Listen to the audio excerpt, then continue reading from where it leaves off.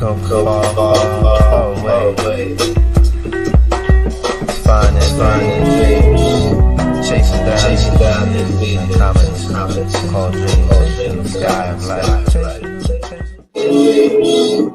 Yo, what's good, everybody? It's your boy K. First Black Super Saiyan to arrive on this planet, and I'm back here with another video stream. I'm gonna have two topics. I might talk about a third surprise topic, but we're gonna go ahead and talk about these first two topics. So first, I'm gonna do the Miss Marvel review, get that knocked out the way, talk about what I like, what I dislike, blah blah blah. What else? There's another one.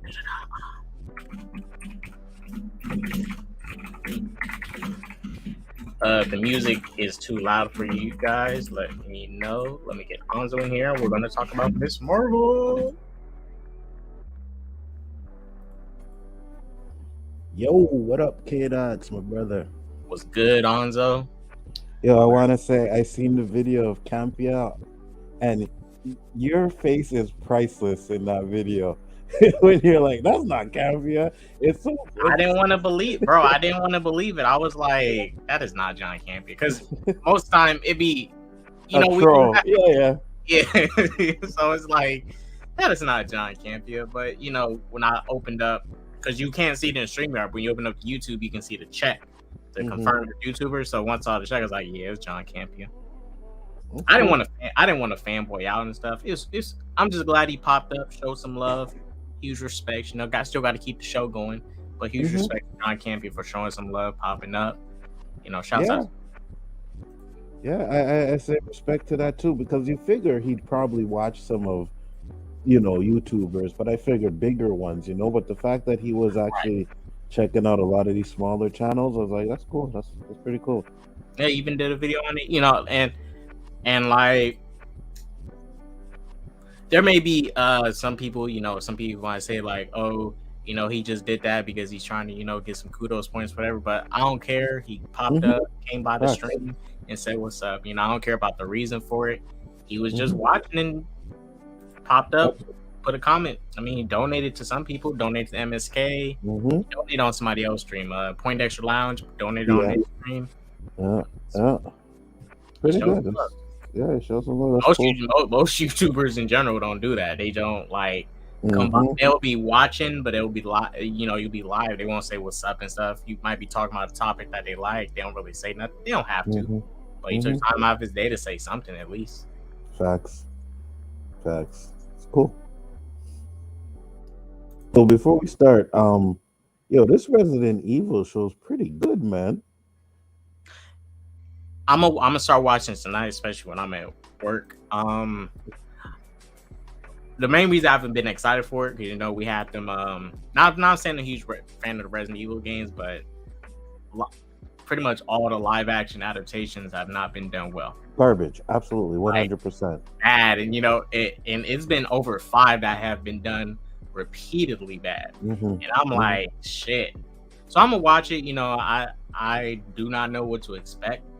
But I just hope it's good. Just hope it's written well. That's all. So far it is. I like the guy who's playing Wesker. You know, I know people are probably upset because they made him a black man, but he's a good actor, and he seems like he's kind of good now. But you can watch the show and kind of see it. Yeah, well, maybe I can see where he can become a bad guy. You know what I mean? Like he has a mean streak to him, so it's good. Well, yeah, because he does kind of soft away. Like in the first game, he pretends to be good. Well, he's playing double agent. He's like pretends to be good, but at the end, he ends up being a villain that you have to deal with. Right. Yeah, check out Marvel. Marcus, I'll check those out when I get the chance. I cannot check them out this stream because I'm trying to keep it very focused and keep the stream short. What up, Isaac? Multiverse Movies. Kendall, aka the Sensei. What's up? Richado, I'm just calling you the God.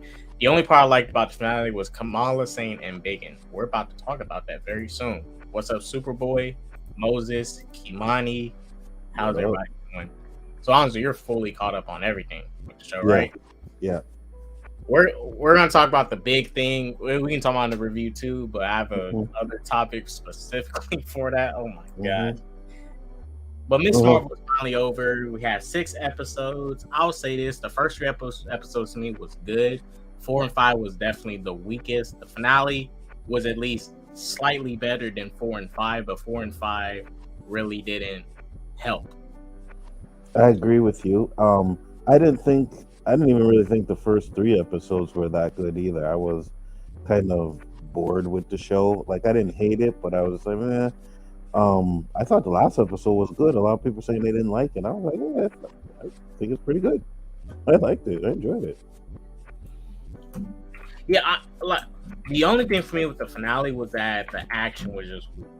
Other than that, I liked it, but the action was like weak. The only cool thing she did was really destroy the truck. She used her embiggen powers and made her legs, made herself tall, made her arms big. She destroyed the truck.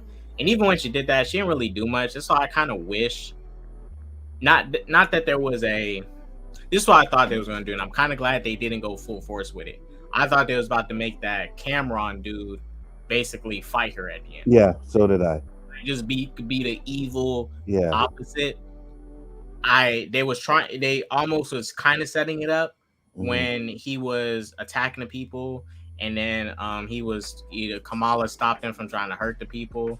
But then I'm just like, he's not really hurting them, Kamala. You don't really know what he's gonna do yet, but whatever.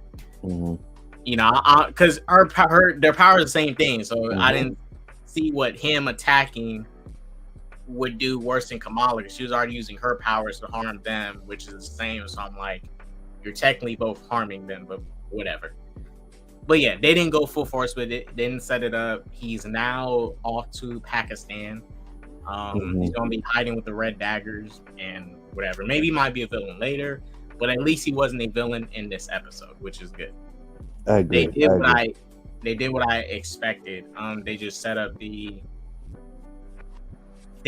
up her having to protect him from the damage control people. But the damage control, it was underwhelming. I mean, they wasn't like bad like the tracksuit mafia. They wasn't like goofy and stuff like them, but man, I agree with you. Force for her to deal with, like, just completely weak. And I agree with you, because even the scene where her superior is like, no, you stop what you're doing and get out of here now. And she's like, oh, fuck that. You know what I mean? Didn't even listen to what he said. I'm like, what did you expect the consequences were going to be with your actions, even if you were to capture Kamala? You know what I mean? Right. She's still in trouble. Right, exactly. The girl did the TikTok, called everybody over there. I can see why she did it. They wanted to expose the people, but then it's like you almost did put some people in danger doing so. But whatever.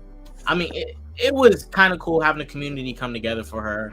She's exposing these people, and they basically helped her out by coming to surround her, creating that little circle, that little bridge around her, protecting her from these dudes. I thought that was cool. And I also enjoyed, like, her mom and father, they actually supporting her, being the Miss Marvel, and not really like, oh, you can't be doing this like she was at the beginning. They kind of let go and let her be her own person. I enjoyed that part. Yeah, it reminded me, I'm not trying to make a comparison.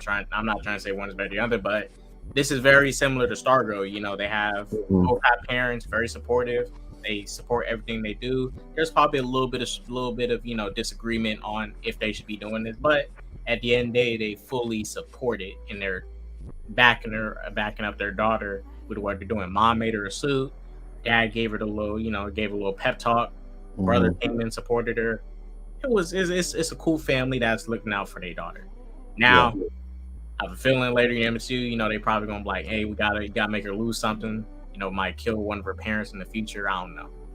Yeah, possibly. But since they do know her identity, you could have that. Just like in No Way Home, when all the villains knew his identity and stuff, they didn't do it like the comics where everybody was gunning from, and they was gunning from Mary Jane, Ned, all like Mary Jane, Gwen Stacy, all these people that Peter know, Harry, they didn't do it full force like that in No Way Home, but they have the elements in there of if your identity gets exposed to the public, trouble comes with that, and you just bring more danger towards your loved ones. So since they know her identity, especially all these extra people. Now, this is the one thing when it was at the school, the brother randomly shows up. That white girl was randomly there. Her TikToks in the school late at night. I'm like, how'd you sneak into the school? Ain't that shit supposed to be locked up or whatever? Yeah, snuck into the school one night to film a TikTok. My only issue was just the brother randomly showing up. That white girl talking about, I know her identity too, blah blah blah, and I'm here to do a TikTok. And her friend was there. I forgot what the friend was doing. She was doing something. The other female friend, or did she come in there with them? I forgot if she was there or not. No, they ended up meeting her there, and then she was like, "Oh, you didn't tell me, and blah blah blah blah." And that's when it was like, "Oh, I'm sorry, I didn't tell you," but yeah. Excuse me. Bless you. Yeah, thanks. But other than that, it was a cool finale. Now, the biggest thing about this finale, they basically confirmed that mutants are here. Now, mutants are here. I'm totally fine with that. I mean, but this is my issue. Maybe they're gonna figure out how to flesh it out. But basically, how Kevin Feige and them set it up is that Kamala always had this gene in her that her genes are different from her parents. They're mutated, and it's like, okay, so where's the other mutants? Because that's my thing. Like, where's the other ones? Because some mutants' powers get activated through high stress. They put them in a certain situation. Powers may just come out, or they randomly just they happen at some point. You get to a certain age, might happen, or you may have it from birth.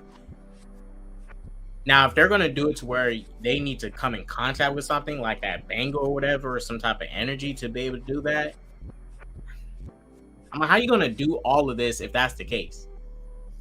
Or I don't know. Or they'd have to do something like the Inhumans, where they release some the Terrigen mist, and it creates Inhumans and gives them their powers and stuff. I don't know. It was weird to have her as a mutant, especially when we already know she's like an Inhuman, right? Right. But I think my biggest thing is them making her the first one we see. Right. Like, I understand you may not want to do Inhumans, fine. But making her a mutant, the first one we get introduced to in the MCU, ever. I'm not saying it had to be Professor X, Magneto, Wolverine. It could have been any mutant. It could have been an evil mutant from the Brotherhood of Mutants, any mutant. But you chose Kamala Khan to be the first one, the introduction. I don't know. Yeah, I agree with you. I think it was kind of well, she's a mutant? Okay.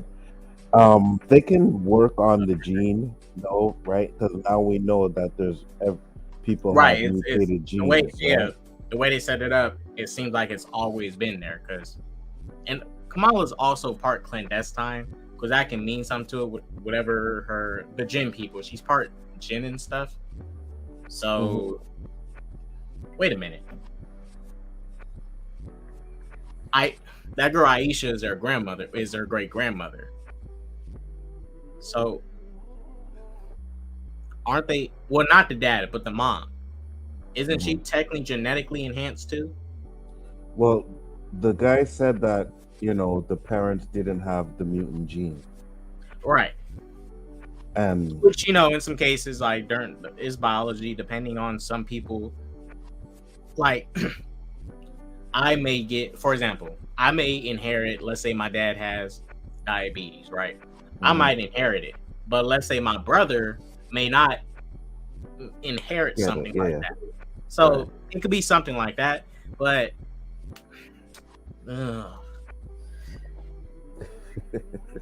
they just gotta wait and see. It's just, I didn't want this to be the case where they just say the mutant gene was always there, because now you have to. They're definitely gonna do modern day origins. Wolverine is not gonna grow up in the 1800s. Professor X is not going to be old and stuff. They're obviously going to be a lot younger. Magneto, especially. All these people have to be like born like very recently to where it's at now. Like these people aren't going to be like that old. I'd have to agree with you on that too, because it'd be like, wait a minute, we have Professor X and Magneto, like, you know, Holocaust and all that stuff. They're mutants then. So if they're mutants then how come only now we're getting Kamala Khan as a mutant? You know what I mean? We should be having mutants throughout the whole MCU if that were the case. So yeah, they're probably gonna have to set the mutants in this time. What up, Nerd Man? What's up, Nerd Man? I'm good, man. I've got a public service announcement after you finish what you're saying. Oh, I'm done. Go ahead. Yeah. Oh yeah, go ahead. Because what's your public service announcement, Nerd Man? It's not funny. It's not like a bit or something. Yes, it is. Oh no, we go ahead, man. Preach the good word. No, anyone who's got Hulu, can you do me a favor and just, even if you don't watch it, just put on the Orville season 3 for me. But it's a fantastic show. You're gonna find it one day and find out how fantastic it is. No, but even if you're not going to give it a chance right now, just don't let it get cancelled. That's do not. That's on Hulu. That was on HBO. I heard of that show, Orville. It's garbage. Yeah. It's not Gonzo thinks the Batman is garbage. That's my argument.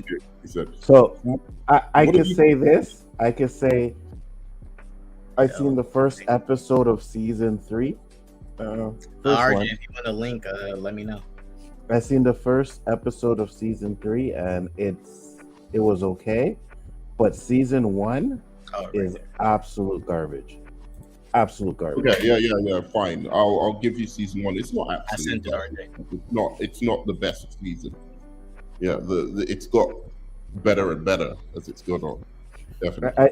I think it's season 1. One of my biggest issue, I think, is they tried to make it like a parody kind of Star Trek thing, and I just, I was like, oh, I can't take this. But I did see the first episode of season 3, and I was like, oh, it's better than season 1, that's for sure. And I can't say anything about season 2 because I didn't watch it. Wait a minute, is this that show with that there's like a puddle alien thingy? Yeah. Oh, I seen clips of that shit's funny. It's funny in places, but it's actually super profound. You were trying to fuck that black nurse. You're trying to get with that nurse. Yeah, the love and stuff. I was like, man, dude, relax. I'm gonna watch it now. I didn't know that was that show because I just looked it up and it was Seth Green. I was like, nah, I recognize it. Yeah, I didn't watch it for ages because it was Seth MacFarlane, and I can't stand Seth MacFarlane humor. I was a big fan of Family Guy or anything like that, but this is just on a whole different level. Like, you see, I like Family Guy. I can understand what you're saying about it. Like the first episode, especially, was nothing. Nothing but perfect. But I think from season, especially this season, that's all I'm saying. It's like he's found his voice or something like that. It's really good. But I want to talk. You're talking about Miss Marvel. That's the. Yes. I just wanted to throw that out there. If you could do me a favor. Just one more thing I'll say. Oh yeah, go ahead. If you like Star Trek, you're a Star Trek fan, watch the new one with Pike, Strange New World. Oh yeah, that one's great. Good. Yeah, it's really good. That's great as well. Yeah, both of them. It's like a double whammy. Every Thursday, you just get like proper Star Trek and then the Orville as well, which is cool. So yeah, good stuff. Now, overall, since I like Miss Marvel, the one thing I do want to mention is that they never should have changed Miss Marvel powers, because what I didn't like that they did, and whether it's DC, Marvel, anything, I don't like when they do any of this. So they already changed Miss Marvel powers. Okay, fine. But when you start adding and giving them abilities that they don't have, it's like, what are you doing now? Like, she has time manipulation powers. creating these platforms and stuff.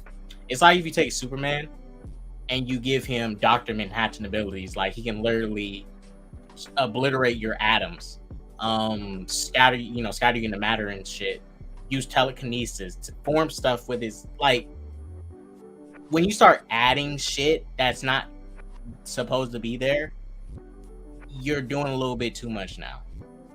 That's one of the biggest I have when people do change powers. Like, you don't need to add shit. It's like taking Spider-Man and giving him the ability of flight. Why? Like, why? Well, what did they change? What powers did they give her that she didn't have? Well, in the comics, she has something called polymorph powers, which basically she can stretch, she can shapeshift, contort her body, that kind of stuff. So she just stretched something simple. I think the only reason they did this was because since she is going to be paired with Photon and Captain Marvel, they have these energy-based powers that are, marvelous. Like the Marvel. Also, too, it's something that's more visually appealing, I think, a little bit too. Honestly, like, I was one of the biggest critics of the power change. However, I think as the show went on, I think it kind of justified it a little bit. I think that they still captured enough of the spirit of the character at her core to where I just don't love it, but I can accept it at this point. Like, I think I think her character. Mm-hmm. I think her character is perfect to me. I like her character. Her character is fine. My issue is changing up her powers. Like I said, like giving her the time manipulation powers in a sense. Like she legit time traveled with her ability. Well, no, that's not her abilities though. It's the Bengal. The Bengal did that, not her abilities. Because like the way it seemed to me is like the Bengal, when she put it on, unlocked something that was already within her. It didn't give her anything, it just unlocked what was already there. The time travel thing is something that the Bengal only could do. That's my interpretation, at least. I think that Bengal is free technology that we're going to find out more. Someone else who puts it on. Okay, so in the future, they have to make this clear. If in the next appearances, when the Bengal comes off, her powers work without the Bengal, right? Because at the moment, the only time her powers have been working is with the Bengal. Not saying that she didn't have any abilities within. She is a clandestine. She's a djinn. She's some weird alien thingy. She's from that species, so she's part of that. But we only seen the powers work with this little device she had. So unless they make it clear in the future that once the Bengal comes off, she can still use these abilities. Okay, makes sense. They're tied to her. They're part of her. But the only time she used the powers in the show was with the Bengal. Mm-hmm. But to me, again, it's the same thing with we were talking about race swapping, gender swapping yesterday. It's like, if it works with the story, I don't care. And if it's not like a massively iconic character, again, I don't care. Like, look at The Boys. The Boys basically changed Stormfront into a woman. It's made A-Train black. It's done a bunch. The Boys has changed a lot. It's very much like it's changed a lot, and I love the comic. The comic is awesome. I remember reading that comic, just cackling, like it's so fucking funny, But everything The Boys has done has made it more relevant to these times, and also I think the characters. It fits the story. It fits the story. But see, Herman, this is what The Boys did. Train is black. We're forgetting what The Boys also did. It made the characters better than the comics. Soldier Boy, while yes, he is a certain way in comics, he's better in the show than he is in the comics. The way they utilize the show, way better than the comics. Like in the comics, he's some punk. He literally pisses on himself when facing combat. He's fucking Homelander every single day just to get into the 7, and he never gets into the 7. Like, he's basically a punk. He's a chump. He's basically what if Captain America was a chump? That's what he was. He was lame. But in The Boys, they took this character and made him way better. It's like Spider-Verse. Spider-Verse took Miles Morales and made him a better character in the movie than he is in his own comic run. That's why those are rare cases. Those are rare cases. The comics are fucking awesome. Like, I'm not saying they're not awesome. Even though he's lame in the comics, it's funny as shit. So there are people who could go and say, well, you know, it's like that in the comics, so they should make it like that in the TV show. But that's not what the TV show's doing or trying to say. It's trying to use the story to talk about different things. So for me, like I don't know that does her new power set fit in with the story? Because if it does, then like this is totally a different. This is not her like origin. This is a totally different shit. Like they basically adding in stuff. Like so they made her a djinn. You know, like those evil demons and shit. They made her a djinn. They tied her culture with jinns, and mind you, they're focusing on a real Muslim culture and stuff, Pakistan, all that and shit. And they tried to tie jinns into the culture and all that and shit. You know, well, my thing is, it's not a jinn in the comics. Like that's some like some new shit. Well, my thing is, if they were going to end up doing what they did, which was making her a mutant, then they could have given her original powers and explained it that way, right? Right, and that's why I say in the show, like the bangle is only just a thing to activate something, right? And you make the bangle like the way it's implied. I think it activates her mutant gene. That was right, that's what it seemed like. And how it needs to be more clear is that the bangle needs to go away, so we can see her without these powers. If she's using the bangle, I think that's going to be in the movie. To be honest, use the powers, then you can't really say she's a mutant because Spider-Man is technically not a mutant. She's in the movie. Right? She's in Captain Marvel too. Yeah, she's Marvel. Gonna be a big role in that. Yeah, that's where the story's continuing. Yes. Yeah. Yeah, because it says at the end she will return in the Marvel. Captain Marvel got a sequel and fucking. And this is why this is why I thought, because in the comic, right, and this is part of her like big identity and stuff. Well, her identity crisis, because she's a polymorph, so she turned herself into Captain Marvel, Carol Danvers. Yeah, by accident. Yeah, and she was having a crisis, like she was basically not loving herself, like that there was not that much self-love for what she looked like, because when she was Carol Danvers, she looked at like, this is a hero, this blonde hair, blue-eyed white girl and stuff, like this is a hero type of thing. But then she had to realize that she's good enough to be a hero herself, so it's like an identity crisis, not a lot of self-love. She's a Pakistani brown girl in America and stuff, she's a brown girl. Yeah. No, I agree. That was one of the biggest reasons I was. Because that's what I thought they did at the end, RJ. That's what I thought they did at the end. But not. She just teleported Captain Marvel into her place, and now she's wherever Captain Marvel was at. I thought they just did that. Like, oh shit, now she's transforming. But then I'm like, yeah, it's kind of very unclear to me. It seems like she teleported. I think they teleported. But the thing is, though, even though they didn't do the shape-shifting thing into Carol Danvers, I thought that they still executed the general idea well enough in the actual show. They just kind of changed it up a little bit about like feeling comfortable in your own body and the cultural identity stuff, just in a different way. They did it different in the comics, but I thought it worked personally. I mean, you did have one of the comic book creators work on this show, Sana Amret. She was one of the co-creators of the character, and she worked on the show in the producer capacity and really like offered a lot of creative input. I think that's why the show ended up working with these changes, because it still felt core, like the core of the character was still intact at the end of the day. So yeah, that's the thing. Like the character is how she is in the comic as far as the character power changed, but yeah, this is a hot take. This is the hot take. I just don't personally like when, and I'm used. For example, I'm use anime. I'm use Dragon Ball Z.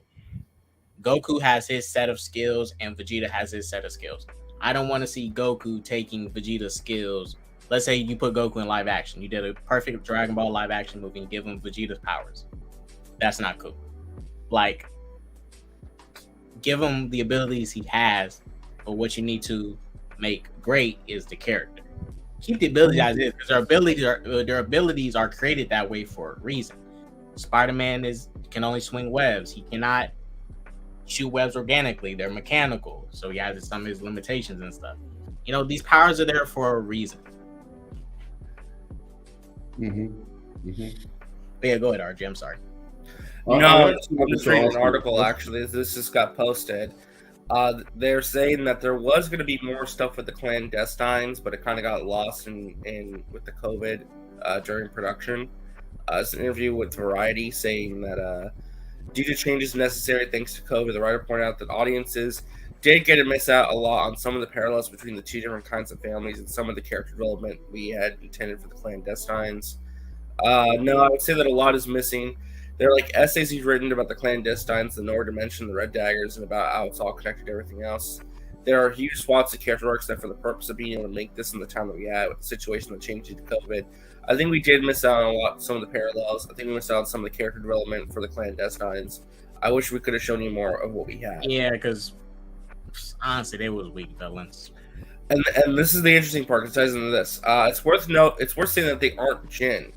In episode 4, they overtly say they aren't Jinn. I can't speak for the entire Muslim world, but certainly from my background growing up, when something happened, so I was like, oh, is it a Jinn?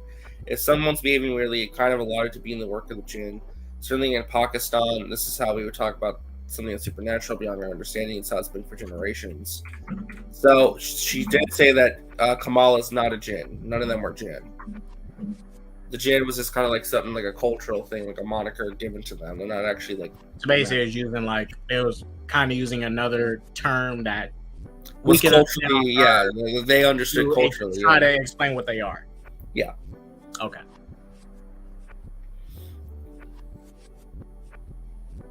Interesting. Damn MCU. But like I said, I like the show. Still think it's good. 4 and 5 are the weakest episodes. That is a fact, guys. 1, 3, and 6. No, they are. They are. The best episodes. 4 and 5 are the worst. The villains are whack, but Kamala Khan shines throughout the show. She's the perfect successor to Kevin Feige. Yeah, she's great. I hope she takes over the MCU when Kevin Feige gets too old and can't move anymore. Well, like I said, me personally, I wasn't really a fan of the show. You know what I mean? It was very to like Nickelodeon shit. You know what I mean? Like Nickelodeon shows. But I did enjoy the last episode. I thought it was really good. I was like, okay, I like the way they ended it. Very much Disney Channel original, but it was a good Disney Channel original. So the best way to compare this show is to compare it to Stargirl. And I think Stargirl is a far superior show. Absolutely. It's a lot more childish than Stargirl, even though they're both about kids superheroes. It's a lot more childish, but still good. I kept getting a lot of like Saved by the Bell vibes with this show. You know what I mean?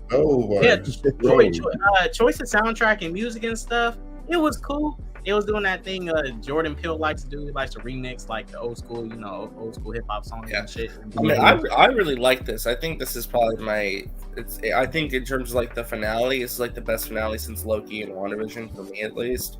And I think this is the strongest show since those two. I think this is definitely one of the better Disney Plus Marvel shows. Actually, I think I was really concerned about the finale, how it was going to like play out because they have an issue ending their show sometimes lately.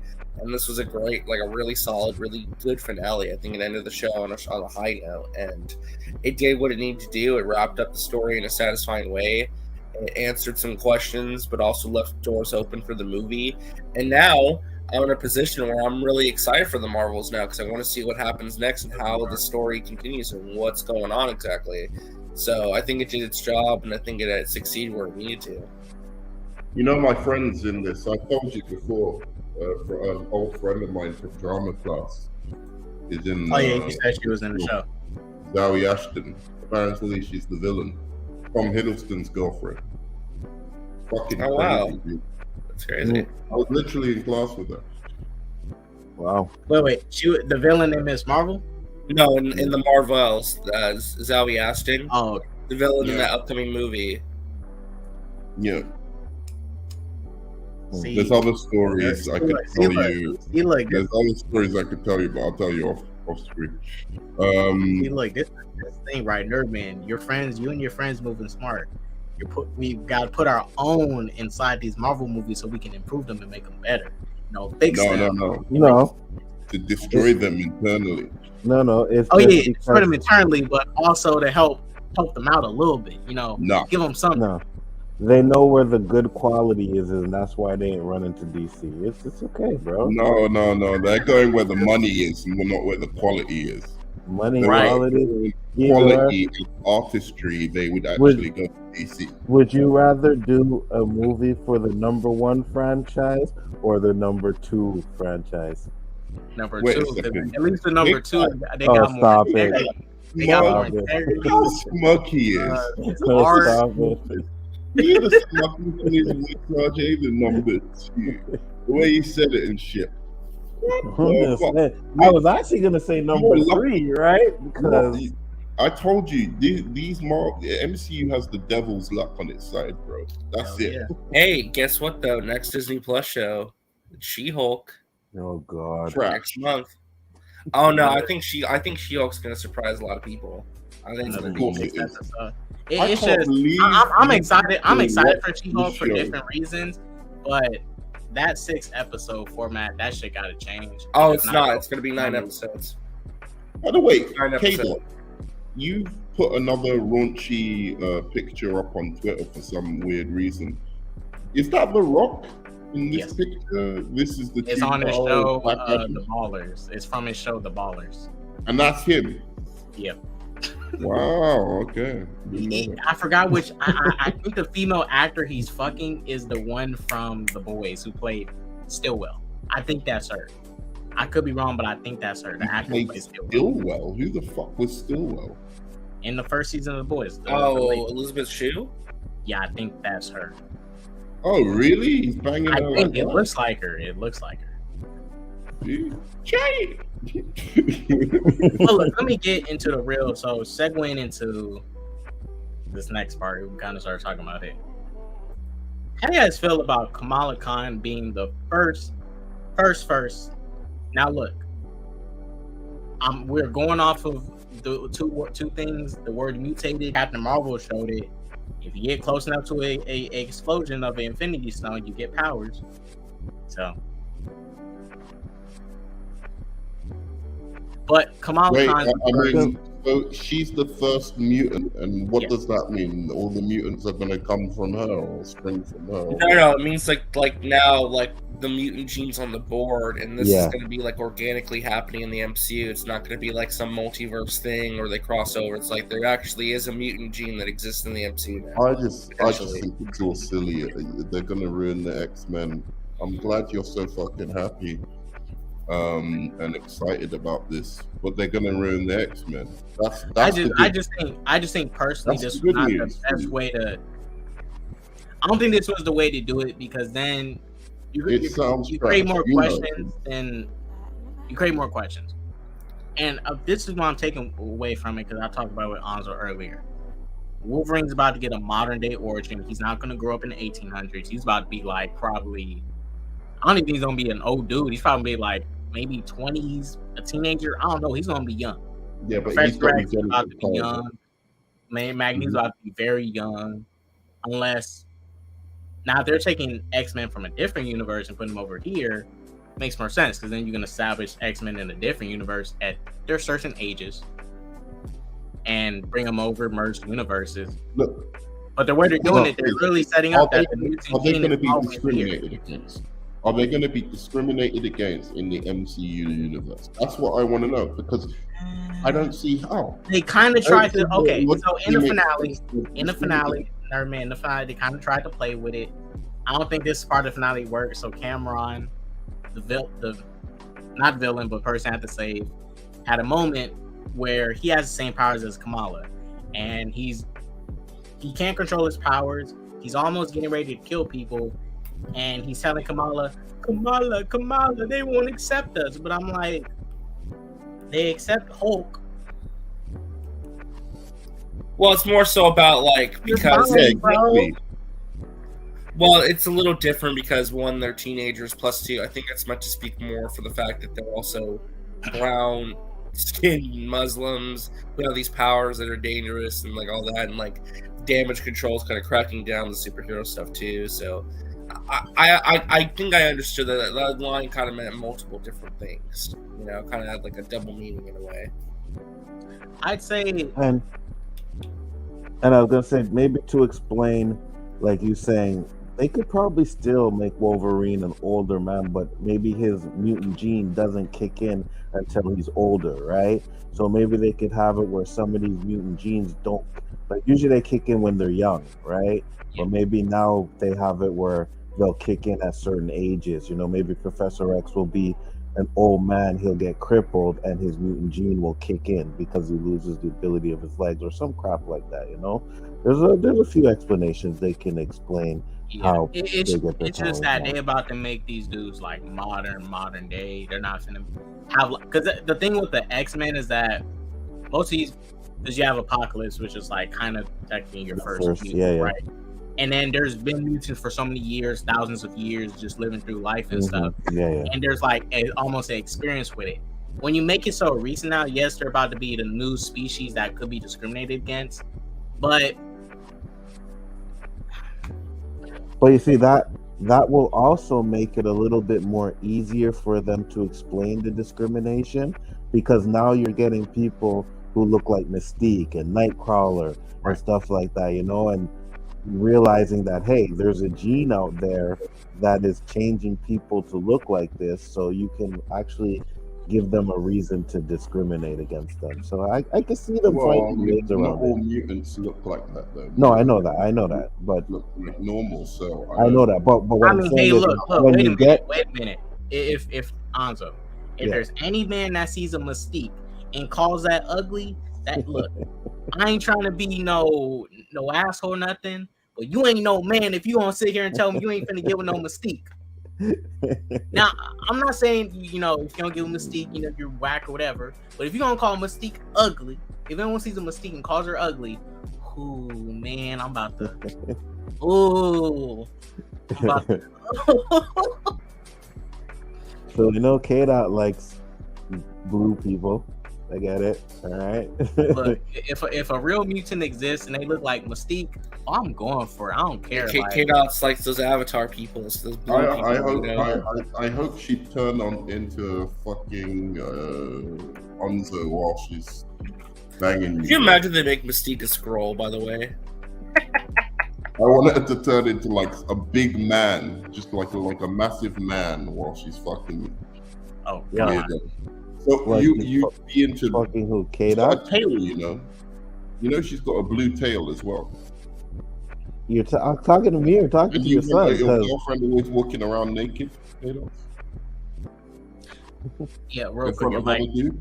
Mike brought this up, and I saw people talking about this on Twitter, and I get that the Inhumans is kind of what people say a bootleg X-Men, but just because the Inhumans TV show did bad doesn't mean you don't have to let the Inhumans and the Mutants both be in this universe side by side, because we seen the MCU take stuff that been done terrible before and they made it better. Like Black Bolt in Black Bolt from Inhumans. They brought back the same actor, gave him his comic accurate suit, made him look like Black Bolt, gave him Black Bolt powers. Yes, Reed Richards set him up for failure. He did. But that was Black Bolt. The MCU gave us a better Black Bolt than the Black Bolt from that ugly TV show. In a way, it was the 838. It wasn't really the MCU, but yeah, the studio. Right, but you know, I'm just saying, like, you know, this ain't the first time Marvel has taken something and did it kind of better than what we've seen before, kind of, with certain things. Mm-hmm. I have faith that comics. I have faith that they'll give us a good explanation of the mutants going forward. You know what I mean? I have faith. Right. At this point, we just gotta wait and see. I don't want to judge too much, but we do now have confirmation that mutants, in a sense, always kind of been here. Like, the gene is there; it exists. Yeah. Now the thing is, how are you going to explain all these mutants propping up in these X? That's just all they got to do. I want to see how this gonna go. I can't really say. I'm just worried with how they just introduced this. So I was kind of hoping they wouldn't do it this way. Yeah, you asked a very great question. The way you're thinking about it is that in this world, mutants can just spawn, I guess. Where are the rest of them? Is Professor X like hiding some of? I would imagine, I always held this in the back of my head. Mutants are existing. They're all here. It's just that he makes everyone forget that they interacted with mutants, and that's why mutants have always been under the radar. After they spawn their powers, he finds them on Cerebro. Oh, cool, let's just teleport over there real quick, make sure everyone doesn't see what, the explosion just happened. But this is different because this made it on the airwaves. What? Is it me or Chillmonger? Was it? Did you guys hear Chillmonger glitching out, or was it just me? It was just It you. was just you. Okay. It was just you. I thought it was me because I'm downloading my review that I just recorded, and then I gotta splice it up. That's what I was doing. You sent me the link earlier. Sorry. It's all good. Yeah, but you were saying Chillmonger? Chillmonger. Finish what you said? I forget. Yeah, you go ahead and finish using. Just mutants, hooray! Yeah. If you want to, you can wrap your Miss Marvel review into it too, because we're gonna get to another topic that me and Nerdman want to talk about. RJ's here. You can talk about it too, and so can Anzo. But if you want to wrap your Miss Marvel review into this topic we're currently talking, because it's all connected, go ahead. I know you feel strongly about this show. The thing I feel the most strongly about is that the imam or the leader of the Muslim community in New Jersey, and that like beautifully, like very welcoming kind of faith loving person. This guy is a thug. He was harboring, he was abetting and aiding some sort of fugitives who blew up a little convenience store. That's what it happened. The Circle Q blew that up, and he goes, you know what? You have a place here. We're gonna hide you here in the secret compartment behind the shoe rack, as all masjids have. You guys didn't know that? You guys, us Muslims, we're great at hiding people who blow things up. Like that happened in this show. That was what they depicted. If I ever need a place to hide, please go to a mosque. Hey, according to this show, you know how many millions of people watch this? Do you know how many people are like fearful of the religion? Actually have like a legit like actual hatred, racism, and they're like, oh, these guys are horrible people. We don't want them building their mosques in our community, this and that. What do you think is permeating in their head? There is a cop right now, or a someone in police academy who just watched this show. He's like, oh, that's what they have. Okay. I'll make sure to look behind the shoes. There's a secret wall behind there. There's not. It's not true, guys. I can't believe that made it past all of the editing and all of the thought process of putting that scene in the show. That was the biggest thing. When I did my review for this show, which I just recorded earlier, that's what I started with, because you know how most people watch the beginning of your videos and then the window's off. I made sure that was the first thing I did before I got into any other point, because I can't believe that. I gotta denounce that big time. Yeah, that's my biggest point, K-Dot. Yeah, like I say, I'm not part of that faith, so I can't have the same. I don't go to mosque. I'm not part of that faith. I'm not saying I'm part of any specific faith or whatever. I'm just saying I'm not part of that faith. So I can understand how someone would feel strongly about that if they're part of it, because the show is using a real religion to, it's diving into a real religion. So it's like you kind of got to be careful with it. It's not like it's a fake religion. Bro, do you know the depiction or the representation that Muslims get in media? Didn't we watch Green Lantern yesterday? Do you guys remember the people that Jon Stewart was fighting? That's it. That in the war, the Afghanistan. Hey, it was probably, they could have been, they could have been Christian or something. We don't know. Oh, is that movie already out? Yeah. It's leaked again, like the Justice Society movie.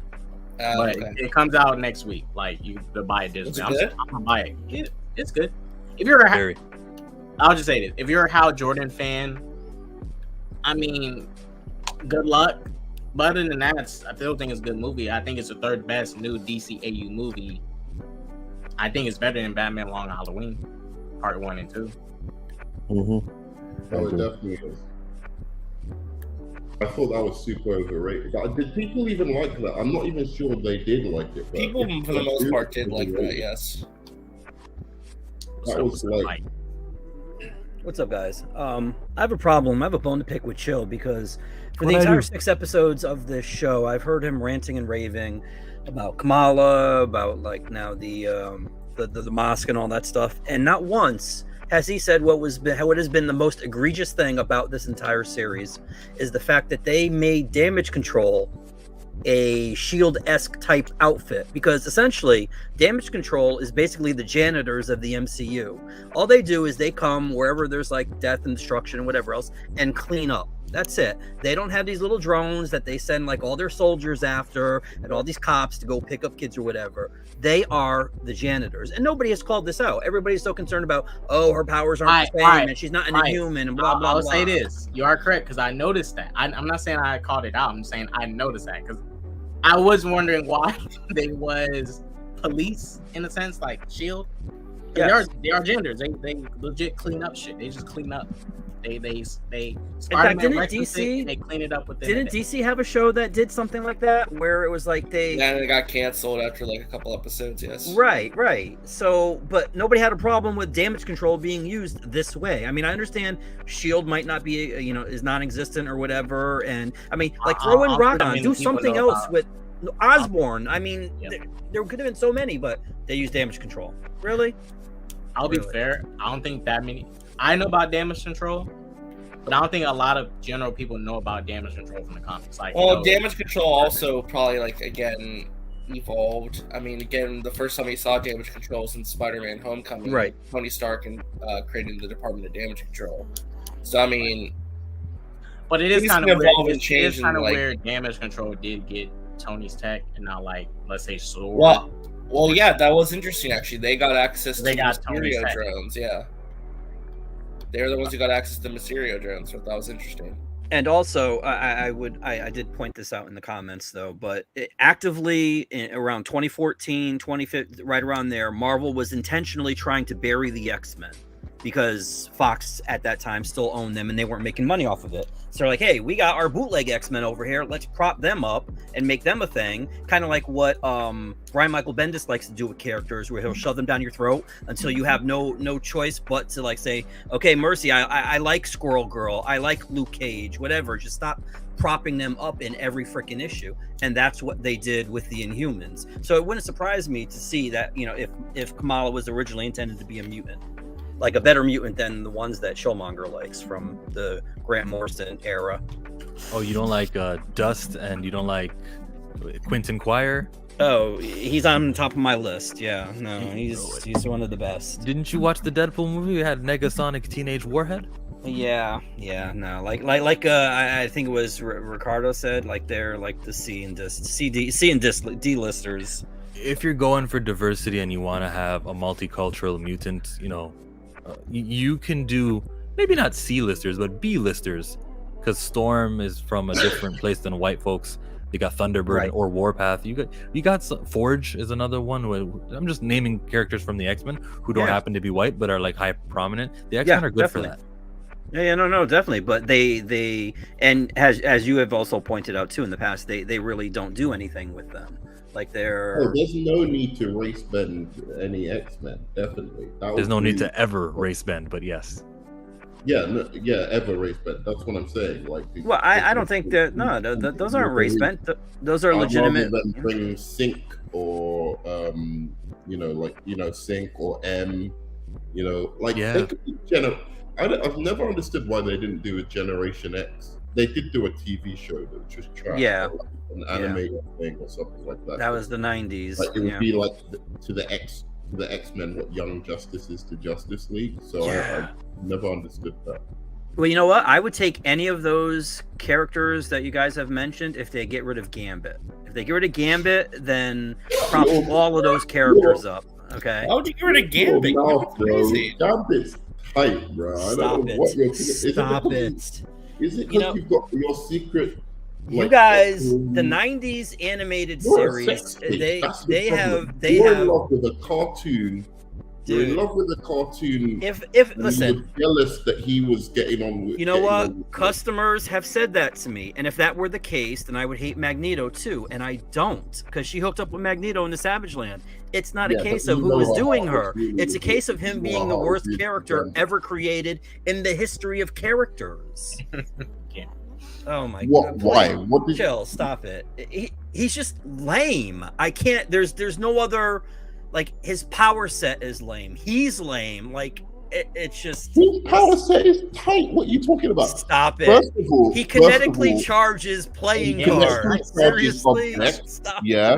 And this is a Birdman. little known power that people don't know. He actually has the ability. He's got small amount of telepathy where he can actually command people. No, that's what he can sway people with charm because of just like it's like a part of his mutant power. So now he's biting off of Eros, right? Is that what you're saying? He's biting off Star Fox? He came first. Stop it. Yeah, Star Fox was first. What are you talking about? Star Fox was before Gambit. Everyone's biting off everyone in comics anyway. Yeah. What do you think of my poster, Mike? Gambit's the tightest neck.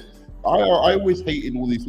Everyone was overrating Wolverine from that fucking X-Men 90s show, man, and like in X-Men in general. And Gambit was he was the cool dude. He was the rebellious. It's like, come on, man. He could throw these beautiful cards at you if he wanted to. Full screen me? Make my screen big. Let them appreciate this cover of But the that was Gambit. the whole thing with the X-Men anyway. Like and that's what was great about the X-Men because all the Ace of Spades. All the chicks were more powerful than the dudes. Yes. Definitely. So I mean, Storm from Jumpman. Storm was like one of the higher tier X-Men. I mean, because literally, I thought she and Wolverine were technically like the grown-ups of the group because, like, you know, Kitty Pryde, Colossus, Nightcrawler, and all of them, like, you know, they were the ones that were more mature, the ones that were, you know, in charge of everything. But yeah. I always liked Gambit though. I always liked Gambit and Rogue's connection. I thought it was good. I always enjoyed it. Gambit. See, that's part of you, Anzo, man. That's part of the propaganda. Part of the propaganda in the 90s. It's it was good. It was good. Like, you know, his Cajun accent and everything. Gambit was fun. Oh my god. Hey, Southwick, Ms. Marvel was trash and poor representation, and the amount of representation and diversity moments got in the way of a good plot. They never explained to us why the Department of Defense Control had these drones that could shoot at people earlier on, but then when it comes to them in the school, they did it without drones. Star goes better. So wait, I know you had a problem. I know you had a problem with the mosque, but aren't like places of worship like sanctuaries in general? Like even churches, you know, and stuff like that, where they can, like, somebody can seek sanctuary from them.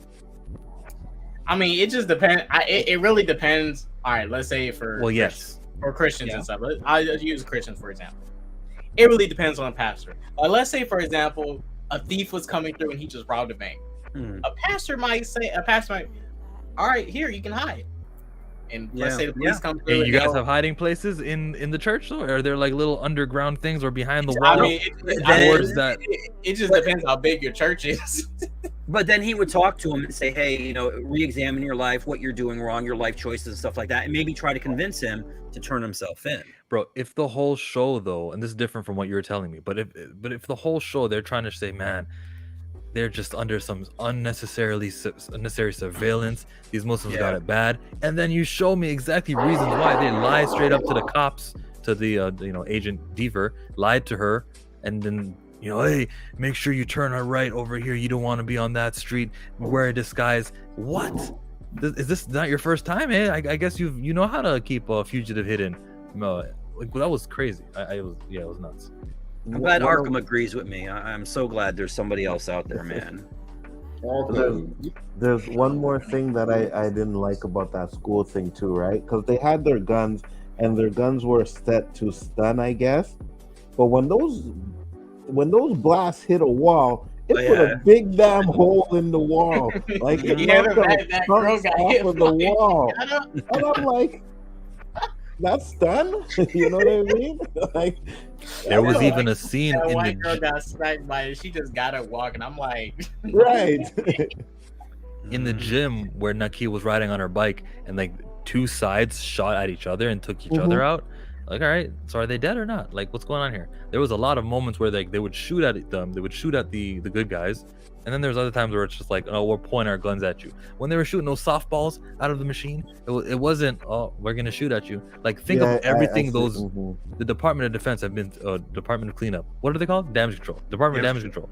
Though they've been through so much, they know the guy that they're facing has ability to shoot out light and like hurt you, and they just did an explosion at the Circle Q. You know everyone is dressed the same to look like him, so you don't know if this is him or isn't him. You're gonna shoot. And there were times in the show they shot, there were times when they didn't shoot. It was crazily bad. It was, but it's not a superhero show, guys. This is the diversity show. This is the attendance show where they say, make sure we mention this food, make sure we visit this country, make sure we have this. That's why I say 4 and 5. Like, as much as I like the first 3 episodes, 4 and 5 just became a tour of the culture, tour package. I'm not saying you can't tour the culture, but not even Black Panther did this. Like, when you saw Black Panther, right? And I understand it's a movie. They didn't just focus on Wakanda for majority of the movie, right? They showed some of Wakanda, but they showed enough, and the rest of the movie was pretty much about T'Challa trying to bring in this criminal, which is Claw, and we kind of find out that Killmonger is working with Claw, betrays him, and he ends up being the one that's coming to try and take back the kingdom. It was a superhero plot. You're right. And they, even though the culture they have is fictional in a sense, they take inspiration from real African stuff, but it's a fictional culture they're doing in a sense.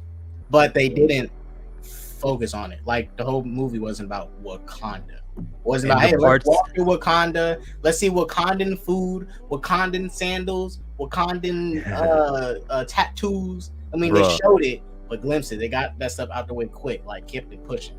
I'm not saying you can't go into it. Sathwick says it's just tours of that stuff, and I was like, oh, okay. It's different. Wakanda's fictional place with fictional history. Pakistan isn't. Okay, Captain America. They did not give you the history of that real country when they did an American. No, exactly.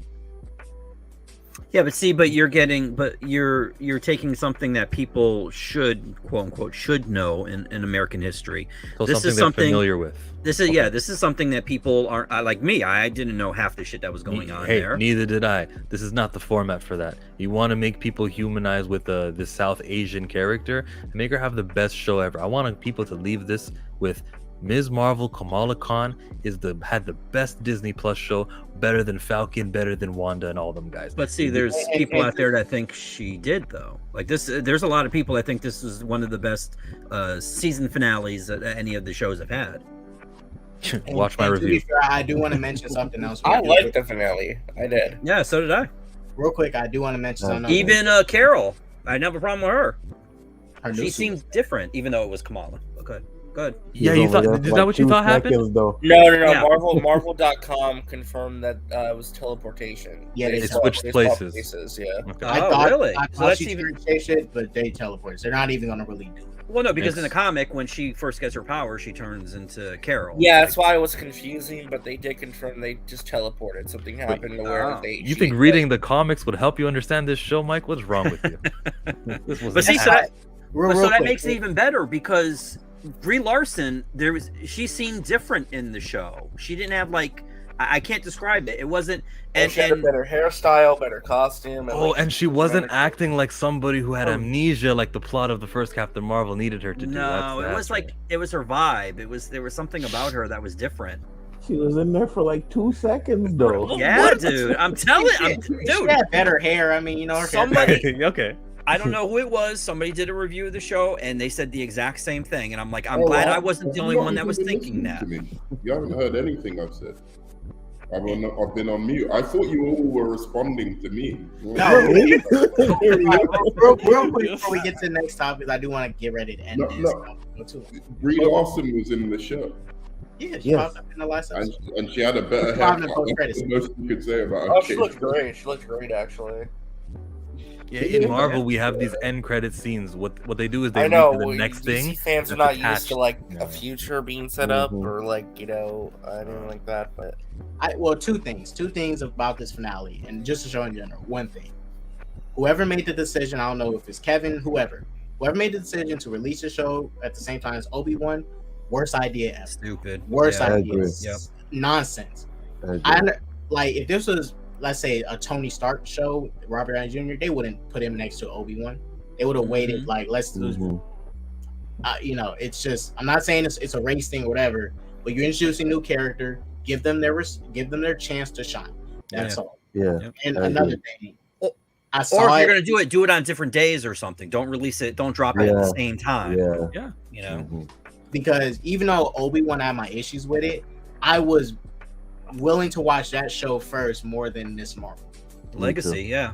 That's your generation right there. The prequels, as bad as they are. Amazing. Stop it. And another thing, Did you I like the kind Obi-Wan of series, Mike? disliked that the topic of conversation for the final episode when it did come out was Brie Larson popping up for like 2 seconds, just going. Well, most of the other thing too, I think, got more attention. And then the mutant thing, which is fine, but it's like I didn't really. You don't really see a conversation talking about Kamala specifically, you know. He was talking about the Rotten Tomato score, Mutants, and Brie Larson. And Mike, did you like the Obi-Wan series? Overall, I did. Yeah. Okay. Yeah. Me too. Yeah, it's because Mike liked the prequels, so of course he don't like. No. As abysmal as the prequels are, Ewan McGregor was the one through line that was actually good through all three things. Mike knows deep down that the prequels are good. Trash? I do know they're Deep trash. down, you know they're good. No. They're worse than the sequels. But anyways. No. The sequels No. are the best ones. Preach, Nerdman. No.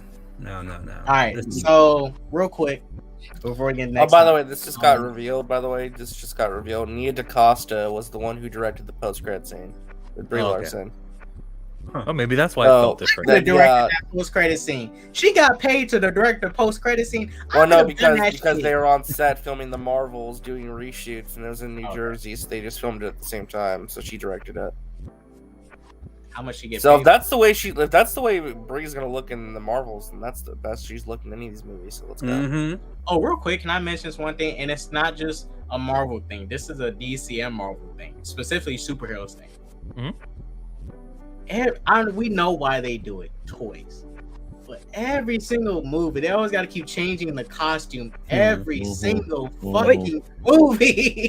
Did you guys talk about Kamala's costume? Because I felt this one of the best MCU costumes that are out there. Yeah, I like that. And the way she got it too, and the way she got her name from her mom. Yeah, absolutely. I thought it was her grandma who knitted it up because it came in the same cardboard box that those bangles came in, the toffee boxes. So I think that's who made it and then shipped it over. Because if not, if it was just like something you ordered online, then the secret identity would be revealed. Yeah. They'd be like, hey, let me see that address that I sent that thing to, because I think I know that superhero. But there's a lot of moments here where her secret identity was kind of ruined. Sorry, your question was the costume. I was a fan as well, and it was better than the comic book origin, where she gets like one of those burkini things that cover your body and you can go swimming in, and she spray painted it. I think. Yeah, this is way better. Yeah, the costume looked of some quality. The shoes was looked like the comic shoes. It's fine with me. I like it. Oh, and I know you said this too, DC Dots, but I believe that when Kevin Feige steps away, I think Amani should be in charge of the MCU. Because hearing all of the stuff that she's like taking him to task to and brought up and stuff like that, like apparently like when she first got the gig, she had like 80 questions for him or something like that. She kept harassing him about things. We need somebody like that. And y'all in DC land, you need somebody like that too, because you ain't got nobody. We already got that. Because y'all are actively trying to, and I just started watching the final like 4 or 5 episodes, but y'all are actively trying to bury the best superhero show on TV with inconsistent scheduling, and that's ridiculous. Because Superman and Lois is should be at better the top of everything. That clear. No, but y'all are trying to bury it with stupid scheduling, man. Hey, it's not my fault. That's the CW. Look, the CW is a separate branch from the main branch. That's what they're gonna do. Okay. I work under Walter Hamada. You know what the thing is? But Mike, I actually got out of watching Superman and Lois because of the scheduling. I hate it. You'll get that's you'll get like 5 episodes, then you get a month break, then you get 3 episodes, then you get another break, and it's like, yo, what the hell, man? Exactly, and it's not even they don't even give you breaks like when it's like a mini cliffhanger or something. It's just like a normal episode, and like, oh, we're gonna be gone for like 3 weeks. Or whatever. It's like, why? Yeah, it's annoying. Yeah, it's very weird. That's why It's in the even process, annoying. I just kind of like it lost its potency of like, oh, I need to find out what happens, because by the time it came back, I'd forgotten what happened. Exactly. Yeah. Exactly. Mm-hmm. Like I literally started the episode I watched last night was the second half of when he tells Lana that he's Superman, and I'm like, I don't remember what happened. Like, what was it, like 2 months ago or whatever. Right. Yeah. Because I just waited. I waited for all the. I'm like, I'm not going to do this, and I'm not watching them all at once so I can binge it. I'm literally going to space it out. But I wanted to know that I wouldn't have to wait like 9 weeks before it came back or whatever. It's stupid. You need to. I don't know why they're trying to do that. Do they want to like not have the show come back? I mean, has it been renewed? Do you guys know? I don't know yet. But... Yeah, I believe it's not renewed. Yes, I hope so. It does seem like it's gonna come back because on the HBO Max, the season 1 is doing great on there. It would be a missed opportunity if David Zaslav didn't say, "Let's keep continuing it," because people it's really good. Watching. And I don't even hate the kids anymore. Say, I think the first season I couldn't stand those kids. I was like, "Fuck the kids," but I like them now. Like Jonathan and Jordan, I'm like, okay, they're cool, Yeah, absolutely. Yeah. Real quick, guys, we're gonna segue into the next topic, and I think for this, I should play something that's not of the MCU brand. Better than Zazie Beetz right here. It's hard. It's hard No, to. Don't ever say that again. Don't ever say that. Look, it's hard to fight between both of them. Zazie Beetz, Tessa Thompson. Who do I pick? No. It's Damn, Zazie Tessa Beetz Thompson. every day, all day. No, Look, in Thor not 3, even- in Thor 3, they didn't really highlight and make her like really pop, right? They didn't make her pop. This movie, she looked even better than she did in Thor 3. Thor 3, her suit was okay. Let me see it again, because I was doing some studying, like some research. Oh yeah. Here, I got you. I'm a nasty hoe. I'm a nasty hoe. I'm a nasty hoe. I'm a nasty hoe. I'm a. Stop now. Don't ever say that again. Otherwise, I have to slap shit out of you. Zazie Beetz. Zazie Beetz is hot. Zazie Beetz is hot. Not even the same fucking. You're playing a different game. It's like checkers and checkers. I just watched The Harder They Fall again the other day, and I'm like, yo, she's gorgeous, bro. It's always Zazie Beetz first, and then second is Tessa Thompson. That's just how it is. Not even second. She'd be lucky to get. Megan Good over Tessa Thompson. Oh, yeah, for sure. For sure.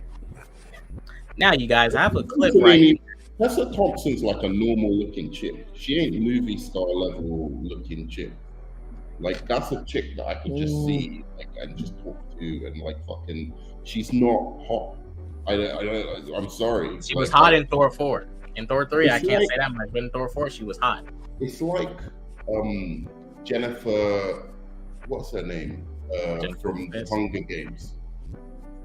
Lawrence? Jennifer Lawrence. Jennifer Lawrence. She isn't hot. I don't understand what. Yeah, she's not hot like that. She's like, all right, I'll check her out. Beautiful, but she ain't hot. Yeah, exactly. She's normal. She's not hotter than the original Mystique. She's normal. She's normal woman you meet at the bar hot. She ain't. That's the level hot she is, and she's got a bit of a butterface. I don't understand it. I really don't understand it. And not to judge women off their looks or whatever, but it's very weird. Like this fascination people have with her. It's bizarre. You'd still hit it.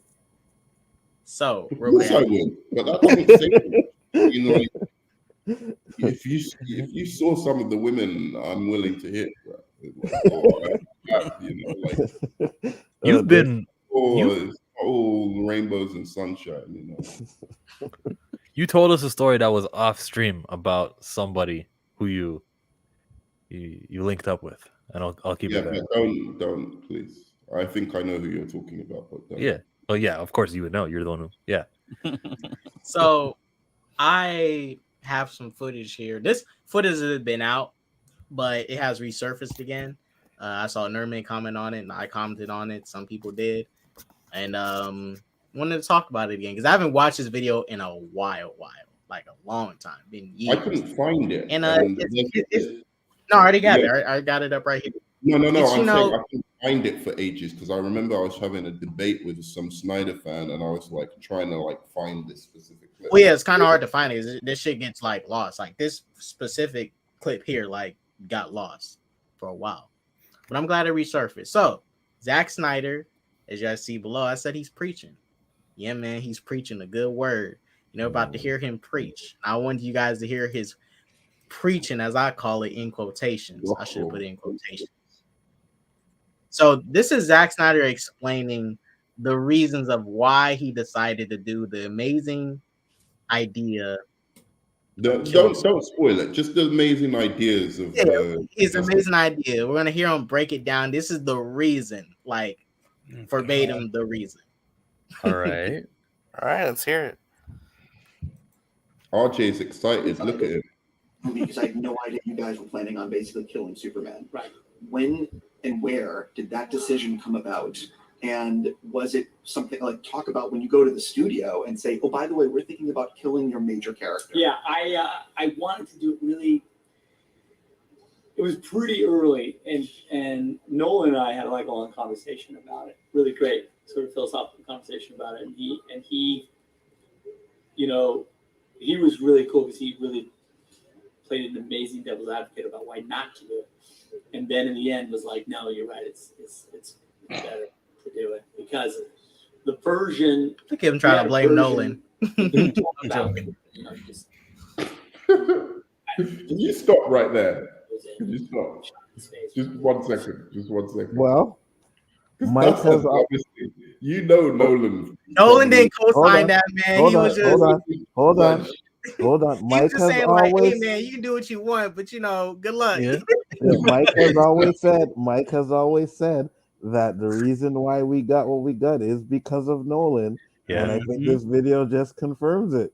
Hey, no. You misinterpreted what he said. He read it over with Nolan. They had a conversation, and then Nolan was like, all right, man, good luck. I don't think you should do it, but good luck. But then agreed with him to do it. Like, yeah, go ahead, do your thing. Nah, he told him good luck. The wiring in Zack Snyder's head is loose, and he just interprets that conversation as he wishes, like a philosophical discussion. What is he talking about? Let me finish. Yeah, that's what Zach did. Zach remembers the conversation was something, but it wasn't what he thinks it is. So he thinks it's something else while he's explaining this. That's what it is. Shouts out Zach. Very, you know, like, so he's kind of gone because, like, one of the big things I wanted to make sure of was that as we went on to Justice League, that Bruce Wayne was the one who was gathering the Justice League. I thought it was really important to have Bruce Wayne be the samurai who goes and finds the other samurai, right? That to me was important. And with Superman around, it's kind of hard, you know, to just because Superman, so it's kind of hard for Bruce to kind of like, yeah, I want to put a Justice League together, you know. It's like, okay, but maybe Superman should be doing that. You're just a guy. You're a cool guy. Don't get me wrong, but you're just a guy. So I thought for his evolution as a character, there's a crucible that he has to go through, sort of to really embrace his humanity or find like what is it. Listening to him is like listening to a random customer that comes into my store. I just read a Wikipedia page, thinks they know everything about.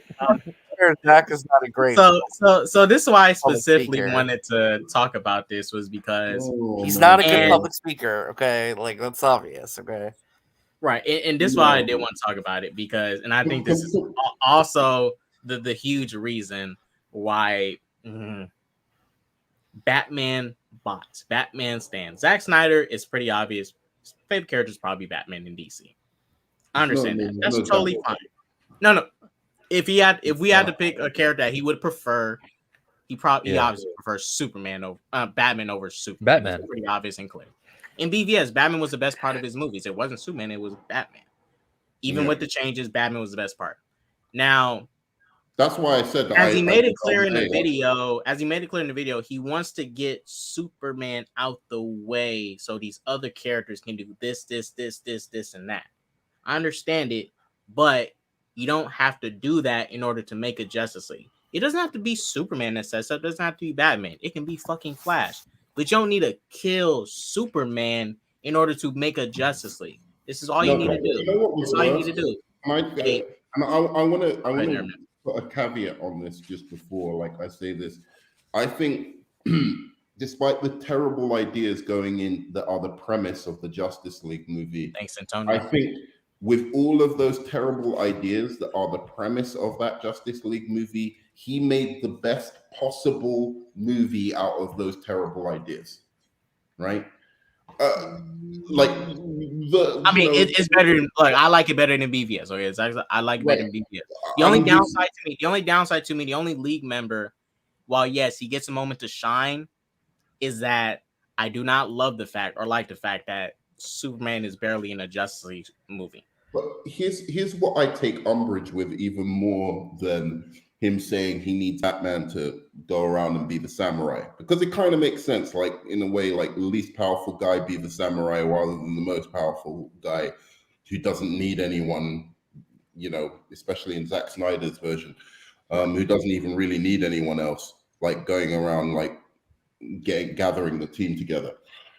But the thing I took umbrage with is that this idea that Superman has to die to find his humanity, to find out and discover that he loves the world. That is just so fundamentally, and I fucking hate to do it because I sound like the people I despise who are always talking about, oh, there's this way in the comics, but it's such a fundamental fucking misunderstanding of Superman as a character. And I do like him in Justice League, Zack Snyder's Justice League, but that's because he finally was the Superman he should have been the whole fucking time, even if it was for just 10 minutes. His dad telling him the right things, you know, Jor-El telling him the right things, all of that kind of stuff, plus his general attitude.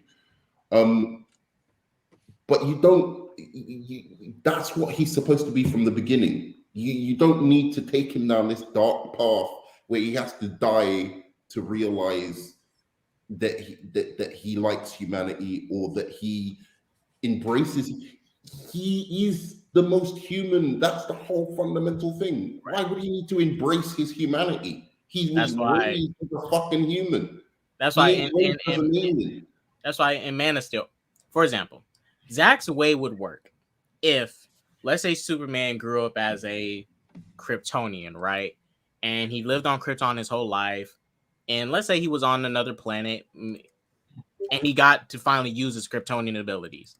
And he got cocky, embraced his powers, kind of became douchey. But when he came to Earth, he gets a taste of what it's like to be immortal. Like, you know, for example, someone finally tests him. He finally runs into somebody that can test him.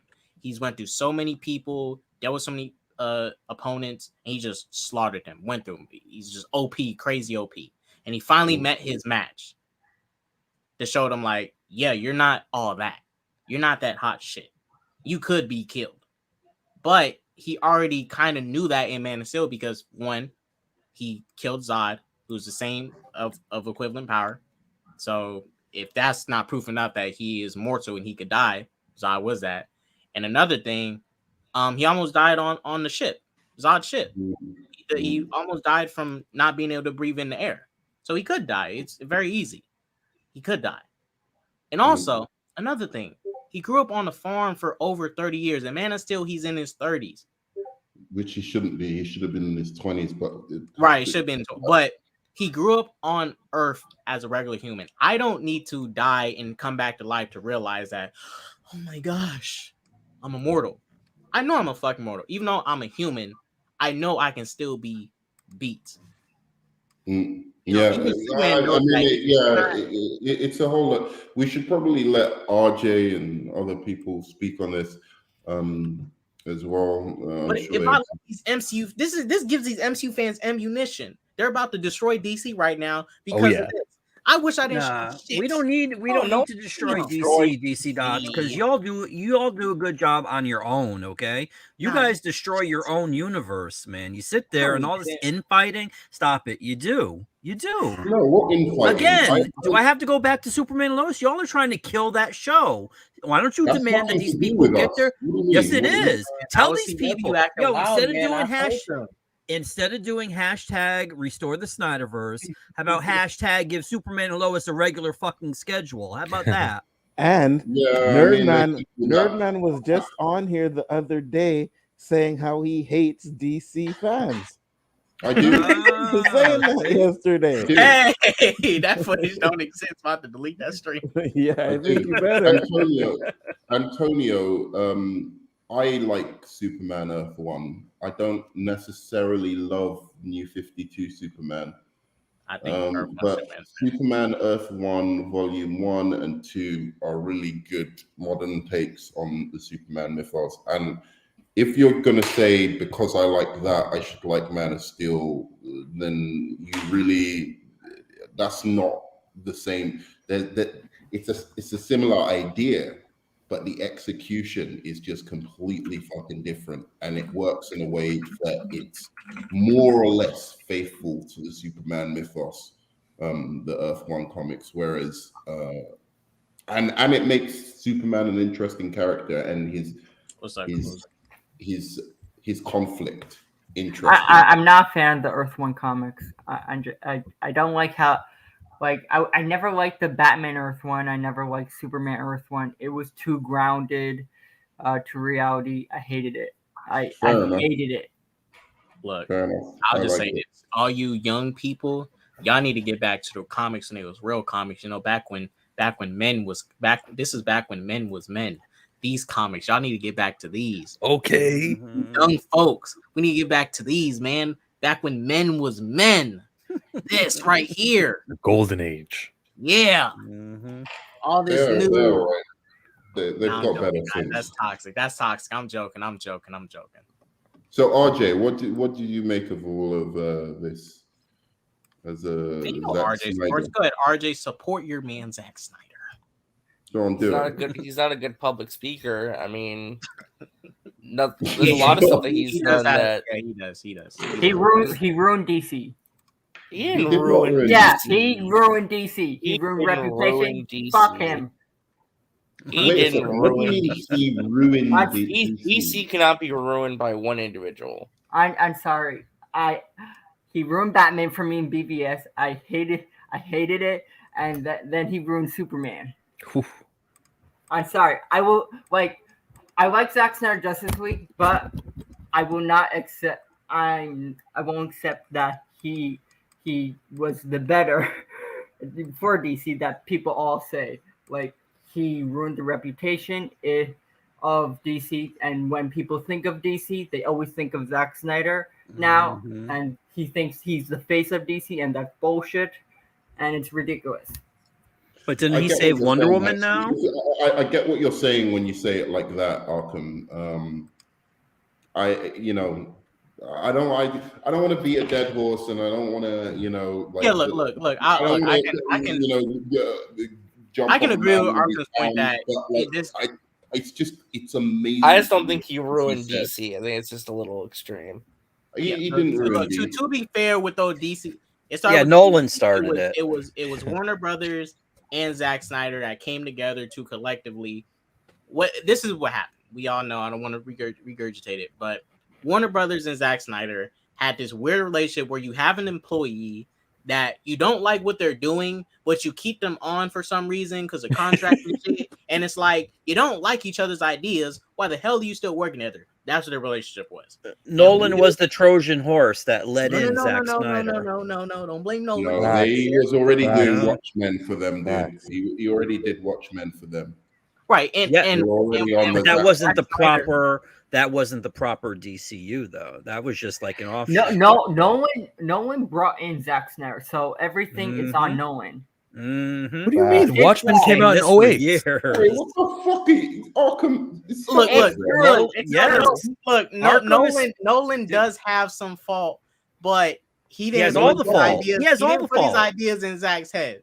Zack Snyder. That's true. That's true. I'll give you that. But No, because he did fight him on Superman killing Zod. He did fight him on it because he produced it. This was still Zack's movie, so he couldn't tell Zack you can't do it. He did tell him you shouldn't do it, but they did talk about it. I'll say look. At this point, it was Zack Snyder's fault.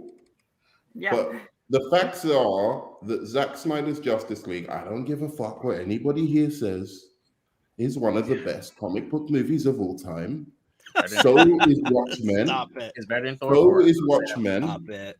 So is Watchmen. And right now, the onus is on Warner Brothers.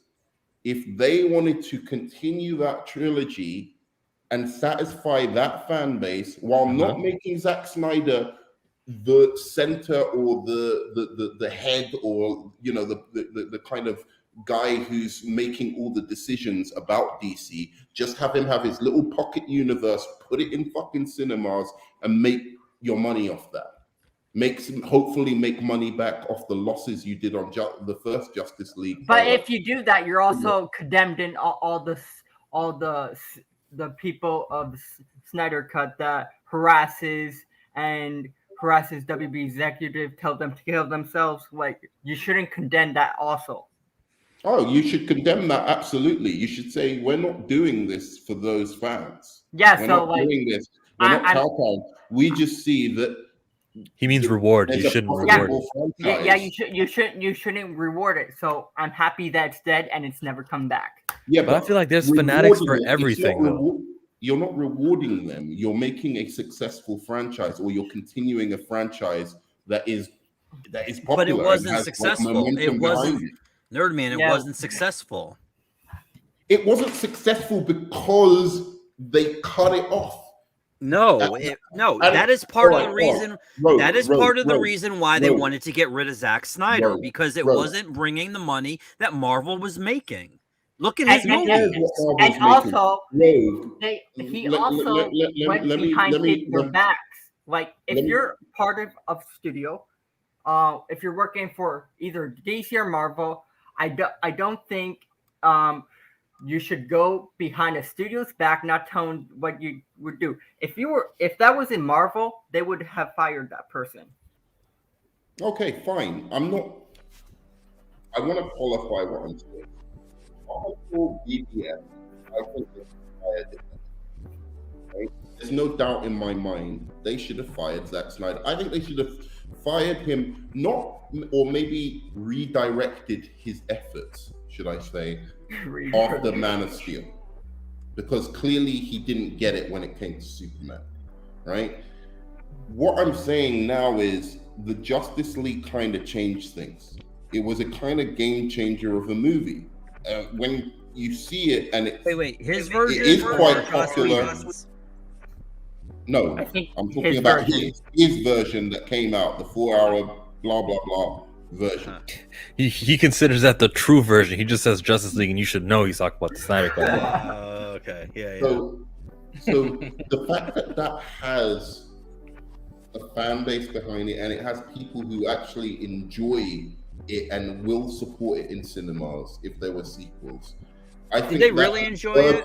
That is worthy of exploration, as long as Zack Snyder, you make it clear to him, this is your little pocket, plus there's certain things you can't do.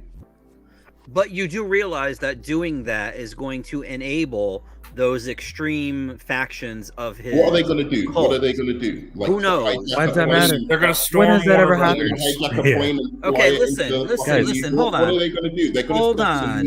Let him talk. This is how it goes. They at the beginning said # release the Snyder Cut. Yes. That's all we want. We want the Snyder Cut. Did they release the Snyder Cut? Yes. Yes, they did. Then what did it become? Restore the Snyderverse.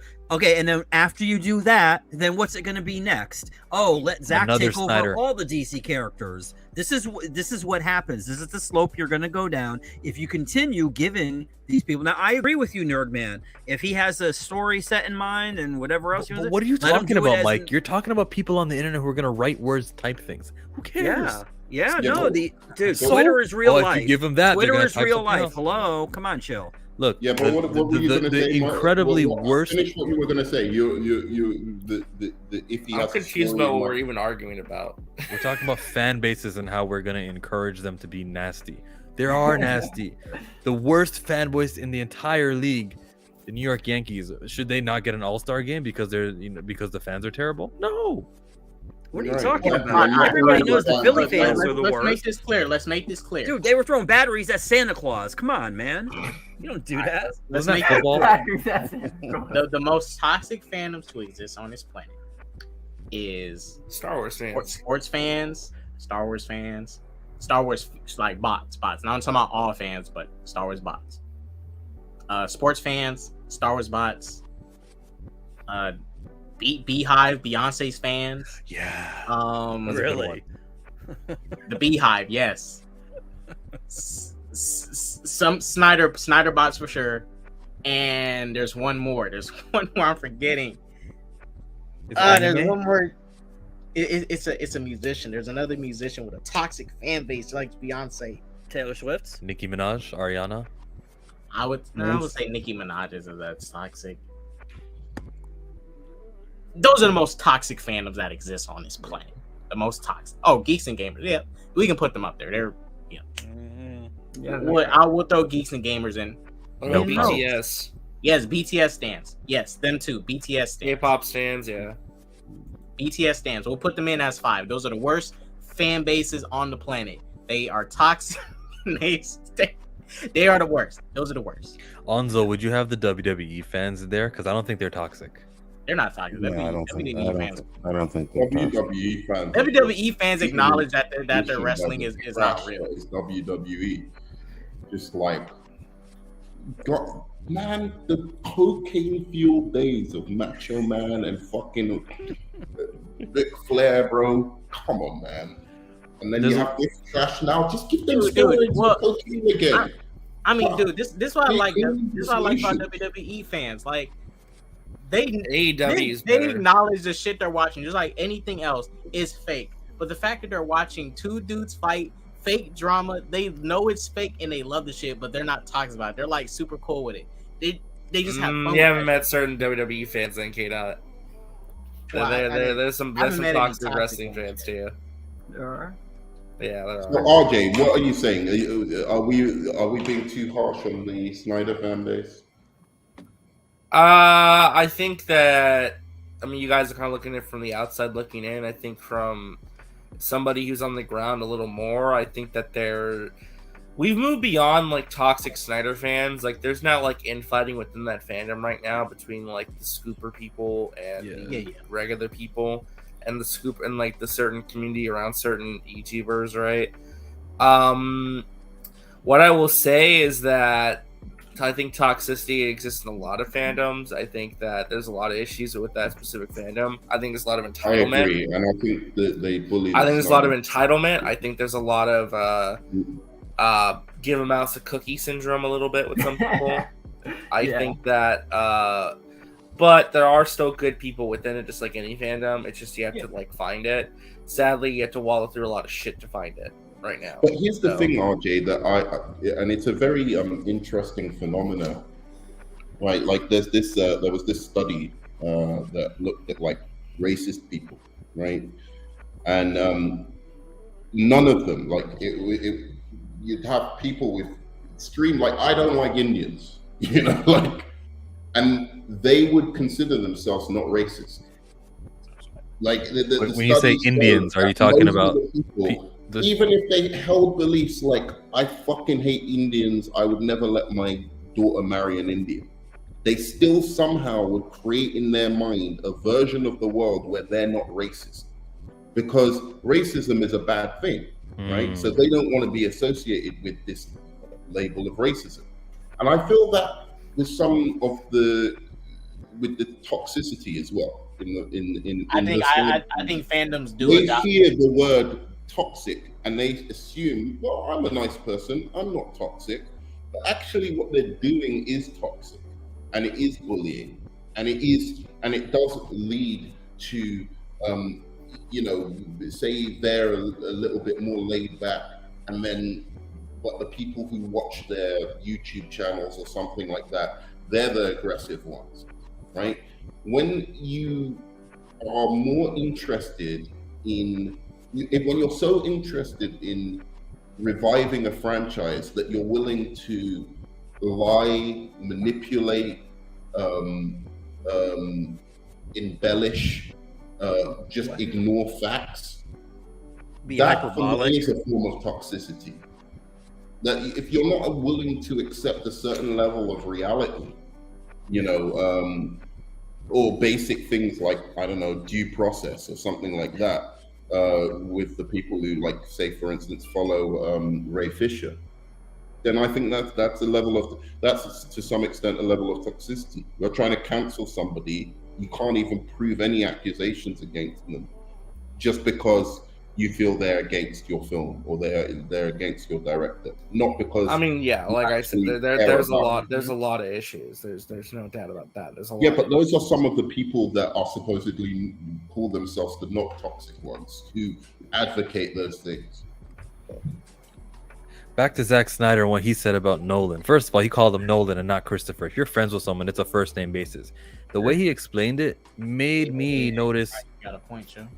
Sure. These Marvel fans, we observe things like that. Oh, please. He mentioned that, well, it was Nolan and I, we were chit-chatting, it'd be best for Superman to die. Okay, cool. Then you were thinking about the movie.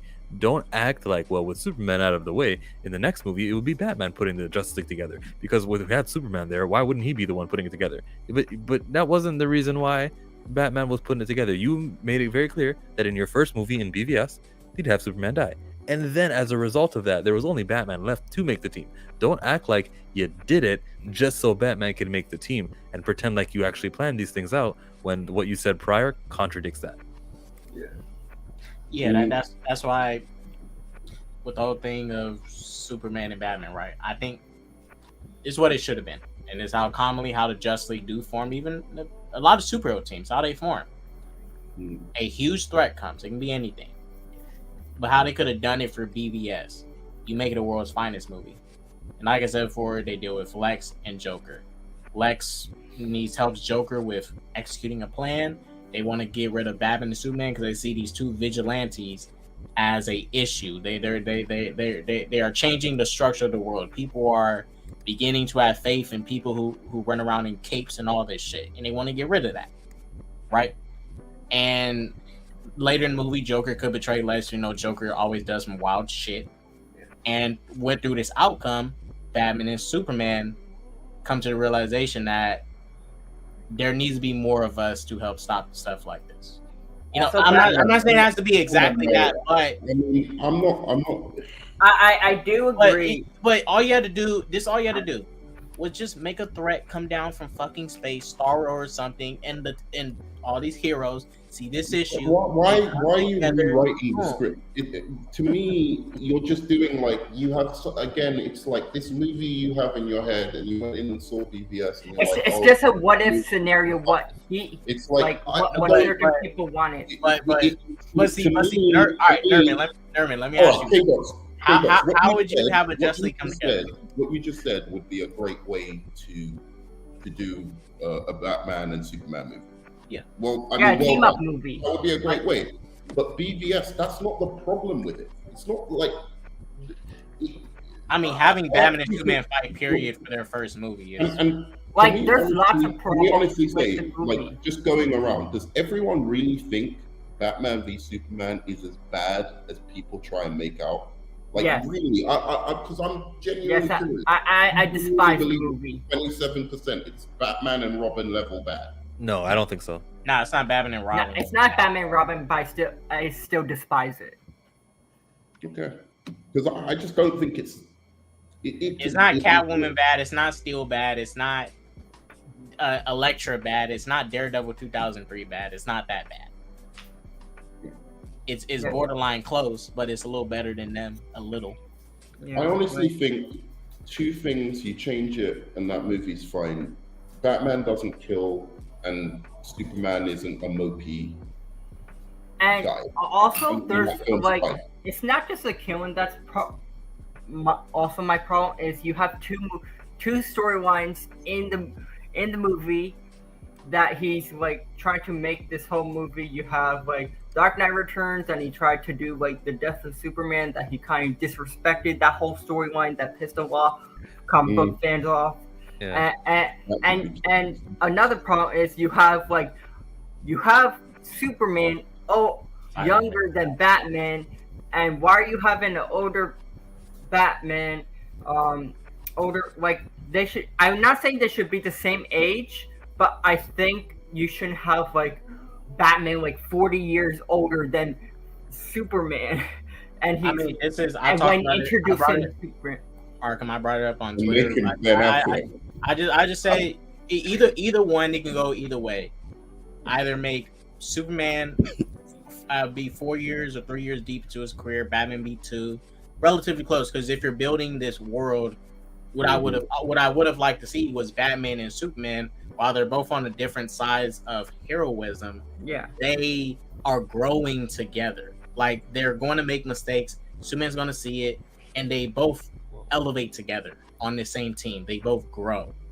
Like, when you have a Batman 20 years deep with a Superman that's 2 years deep, you got Man of Steel is 18 months apart. That's basically Batman's career is almost over. Like yeah, it's no more real growth you can do. Like you have this old ass dude chilling with this young ass person.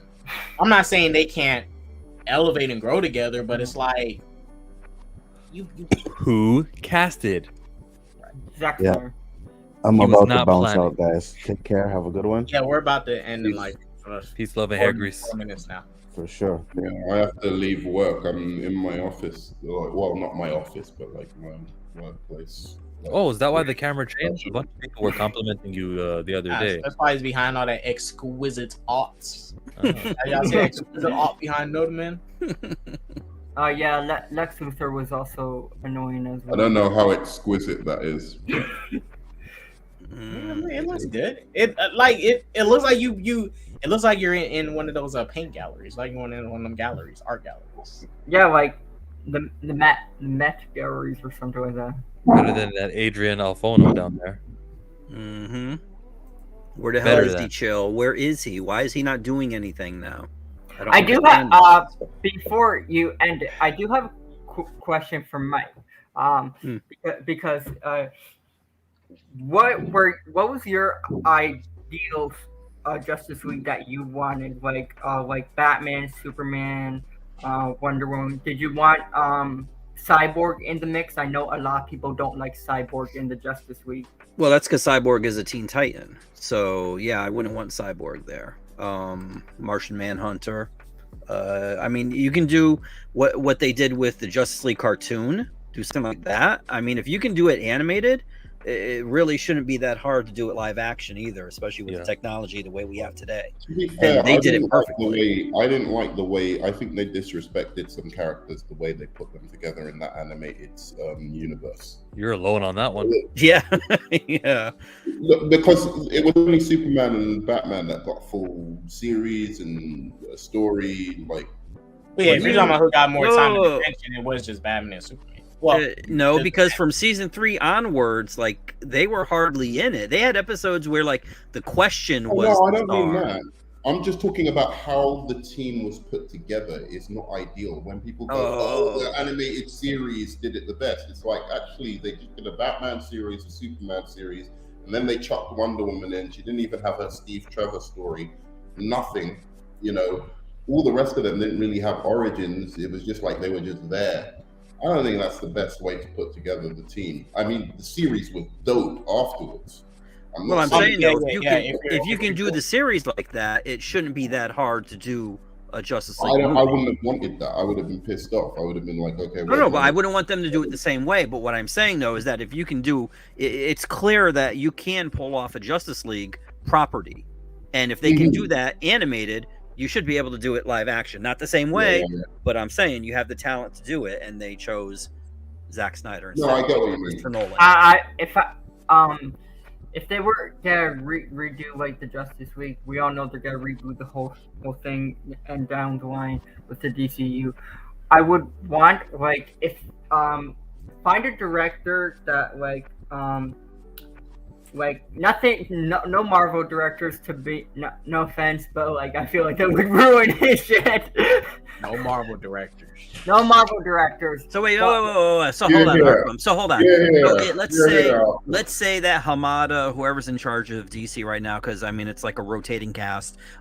Let's say that they say, you know what? We want to have the Russo brothers direct Justice League. No, you wouldn't. No, I wouldn't. You would say no. Yes. No. I'd say I actually wouldn't mind that. 150% fucking no. Y'all, what's the word the kids are using these days? Y'all capping. Y'all are capping. No, I didn't. I said I wouldn't mind that because they did Infinity War and then. Oh, okay. See, yeah, he has good business sense right there. Listen to that fits the tone over that universe. But that doesn't mean they're gonna bring the tone over to DC.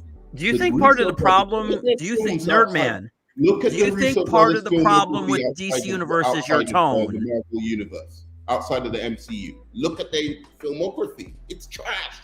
They're trash. It's just a big, bombastic action movie. I get it. It's nice for the MCU. It fits in because Feige's got a vision. Feige's got vision there. They don't.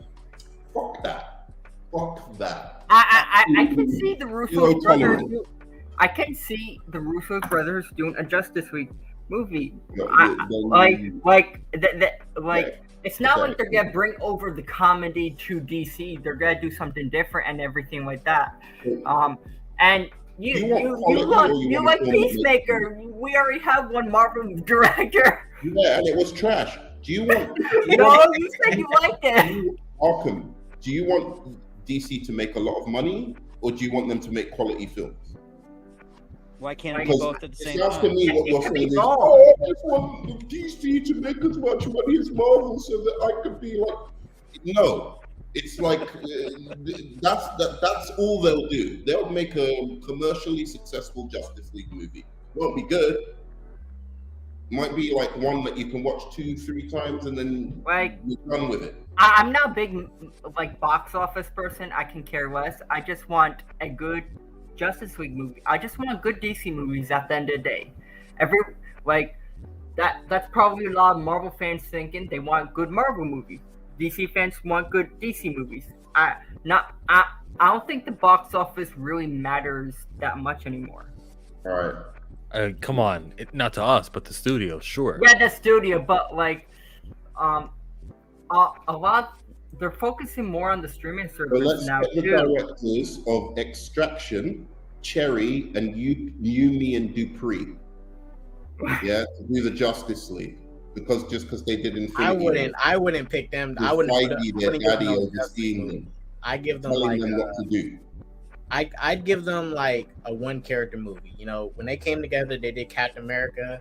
Yeah, they did solid. If they were to come over, I give them a one character movie because I did not like how they did Infinity War and Endgame. For me personally, I preferred Josh. Wait. What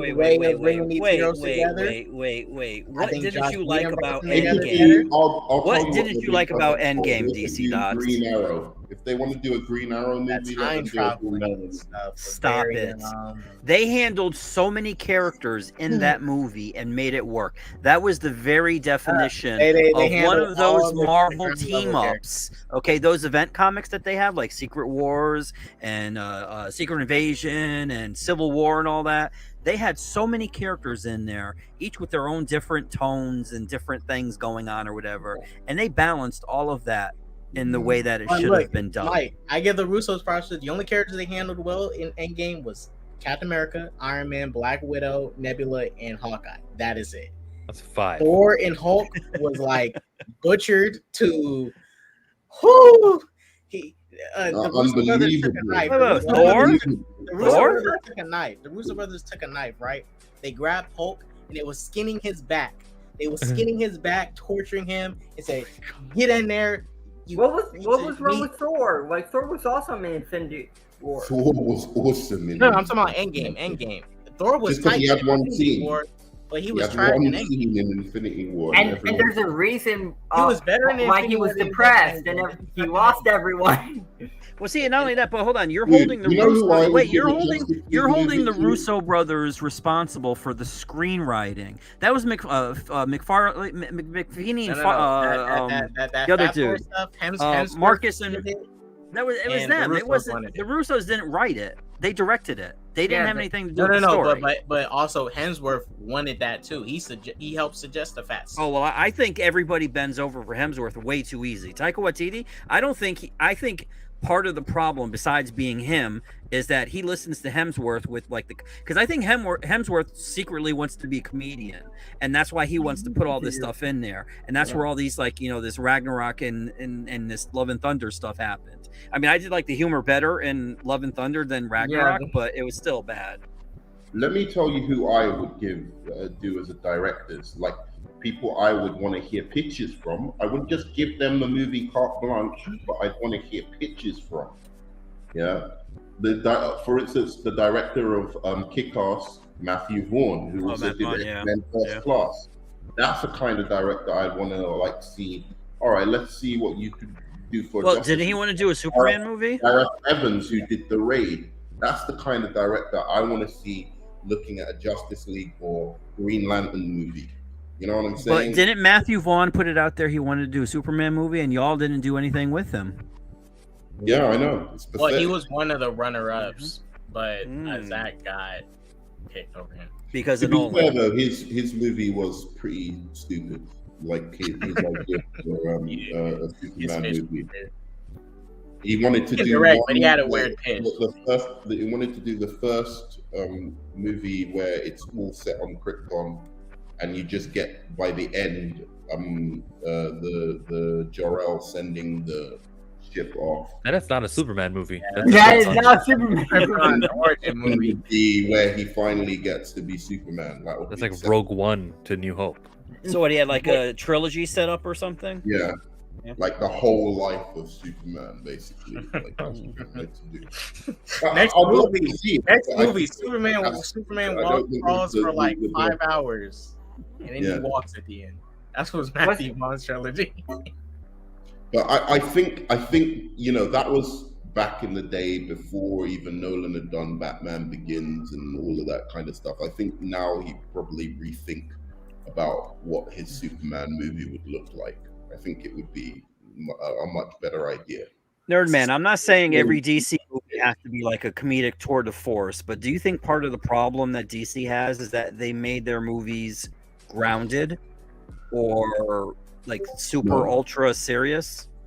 No, I don't think that's like, because they're unable to have. You can do that. You can have those movies where you have that stuff, but then you should also have like a Blue Beetle movie, like with Ted Kord, say Blue Beetle and Booster Gold, or something.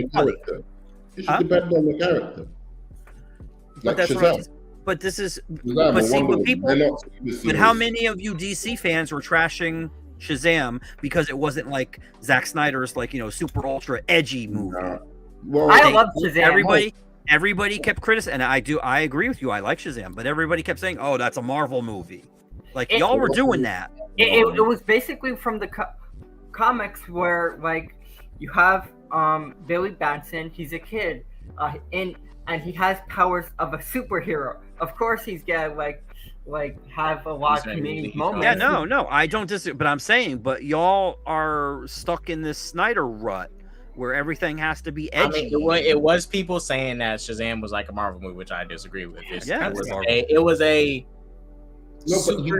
lighthearted superhero movie. Yeah, but you can't have DC, and I don't think Shazam was anything like a Marvel movie personally, but that's just the Marvel movie. It was a Captain Marvel movie. Sure, right? Yeah, it was the Captain Marvel, real Captain Marvel. You can't have DC doing the same thing as MCU. If they just put out a bunch of films that are like the MCU, people are just going to be like, it depends on the character. It depends on the character. So, if there's there's some characters in DC that are comedic and stuff like that, and not all of them are going to be serious. Like, you have a dark character like Batman. He's very extremely dark and everything like that. You have a character like Shazam that's comedic and everything like that. Oh, with DC, it depends on the character. What character are they get introduced? And also, it's this other factor too, real quick. I don't want to go too long, a couple more minutes, but Matt Reeves is the best prime example. This guy has done his reading. He's done his research on how he wants to structure his Batman movie that we had to do. When he was putting out the marketing, he literally created a bundle of the 3 Batman comics he got inspiration to do his movie from, so people check them out, read them. Boom. This dude did his research, right?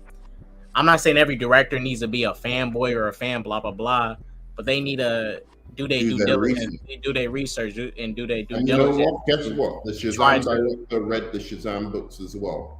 Yeah. You know what I'm saying? Like I already know they're gonna make changes, but they prove to us, the fans, that I put in the effort to make this movie. I did research. So I'm gonna make some changes, but I did my research. I'm not saying every director needs to do that. Not every. No, they do. Every director needs to do. No. I'm not saying. Fuck off. No. Listen. I'm not saying every director needs to do what Matt Reeves was doing, like letting people know his inspirations, like deeply his inspirations for doing it. Oh, you mean letting people know? But they need to they need to do what he did. Read, pick up a book, read the shit. And look, Taika Waititi, he has his own style, but I even say James Gunn, they both have this issue, and that's why Matt Reeves doesn't have a style. Stop it, DC Dots. Stop hating. He has no style. He's a TV director. He's a TV movie director. Okay. Slander. Reeves has no style. But the directors of Yumi and Dupree, they've got style. You know what? They did 1, 2, 3 superhero movies that made close to how much money? How much money did it make? How much money did they make? How much money did those 3 movies make? Matt Reeves or the Russo brothers? Who's going to get an Oscar first? Matt Reeves. The Russo brothers. Oh, okay. Well, Matt Reeves will get an Emmy if he's lucky. That dude has stop it. He has stop capping. He has no style. What are you talking about? Look, and another thing, right? There's some directors, and I'm not trying to, in my opinion, let me make this clear. I think James Gunn does. 2 people, for example, James Gunn, Taika Waititi. James Gunn does what Taika Waititi wants to do way better for the superhero genre that he's trying to do. He does underrated. Yeah, he does it better. Now, one does it even better than both of them. So right, much better. but I'm just using these 2 for an example. I'm just using these 2 for example because they both do the same thing. Guardians 1, right? James Gunn did kind of butcher Drax. He did kind of butcher Gamora a little bit. Taika Waititi kind of does the same thing to Thor and a lot of the characters. They don't really respect a lot of the characters they're doing. They have some they respect, but they just clearly want to do their own thing and turn them into something they're not, which is fine. Do whatever the fuck you want. You're your director, you got your vision, whatever. And when I hear people say stuff like James Gunn needs to run the DC universe, no, he can do his own shit in the DC, which is like Peacemaker. These low level characters no one really know about. Do whatever the fuck you want. Underrated character. DC Dots, hold on. Out of 4 movies, because you want to bring up Me, You, and Dupree and all that. 4 movies, 4 Marvel movies. The Russo brothers have made $6.7 billion. And all that blood money. That's that blood money. $7 billion. Okay. Yeah, that's because you will watch anything. Do you know wait. Is that more than DC combined? It probably is. Yes. Aquaman made $1 billion, but like Birds of Prey and Suicide Squad brings it down. Are you trying to say that's more than the total that the DCU? Okay, so you're saying Winter Soldier was a bad movie, Nerdman? Is that what you're saying? You're saying Winter Soldier was a bad movie. It was a bad movie. Okay. It was an okay movie. Russos. That was the Russo brothers. You didn't like Civil War? It was okay. It's overhyped. People try and make it out like it's the Dark Knight of the fucking MCU. Yeah, it's not Dark Knight, but it's the best of the MCU. It's not Dark Knight of the MCU, but it's okay. It's all right. It's an all right movie. But it's got some good action, nice action scenes. Nice. It's a good thing you're not in charge of DC, there, man. Huh?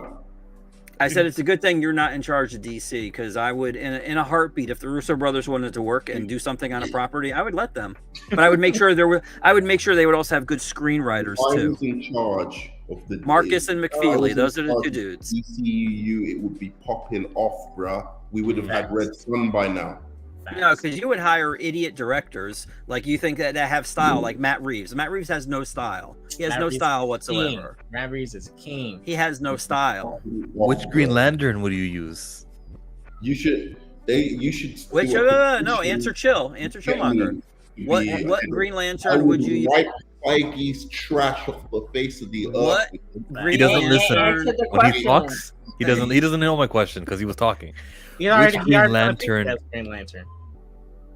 Go What ahead. Green Lantern? Which Green Lantern would you pick if you was running the DC universe? Who would you be your Green Lantern? Which one would I pick? Yeah. What would be your Green Hal Lantern? Jordan and John Stewart. You have to have one. You have to have one. What do you mean I have to have one? Why would I have to have one? No, I guess you're running it. You have to pick one. You mean which one would be in the Justice League? Yes.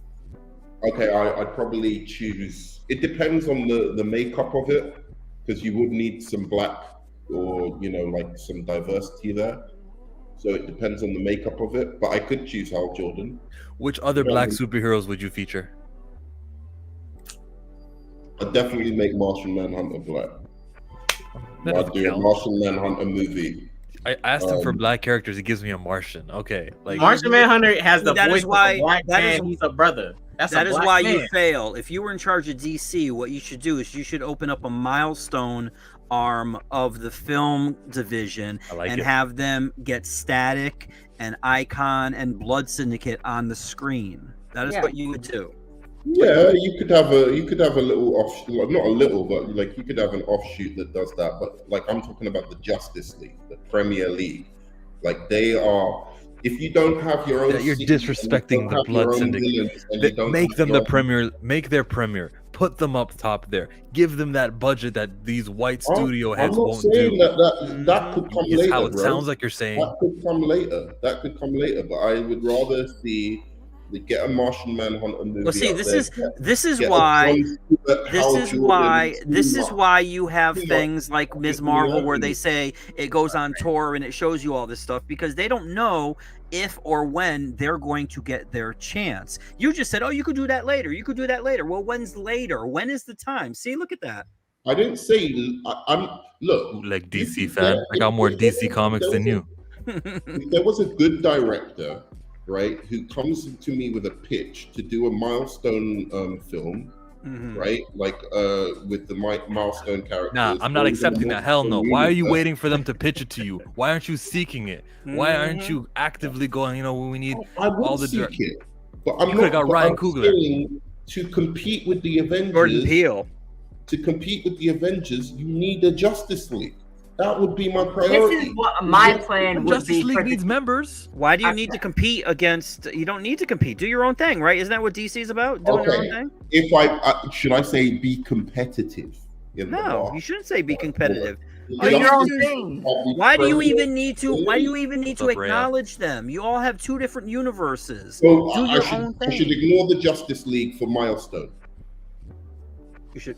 That's what we're saying. That's not what they're saying. If it was me, I was doing DC. I would start with the Justice League, but I also would expand other characters like Vixen. Vixen would be in my Justice League, by the way. She is part of the Justice League. In the comics, they are all. No, but I'm talking about in phase the one. Justice League expanded so much that a lot of characters are in there. So like. You can start your universe with Justice League, but also expand that universe with also introducing other characters like Stack Shock, Icon, other characters in that universe that has never was introduced before. I get it.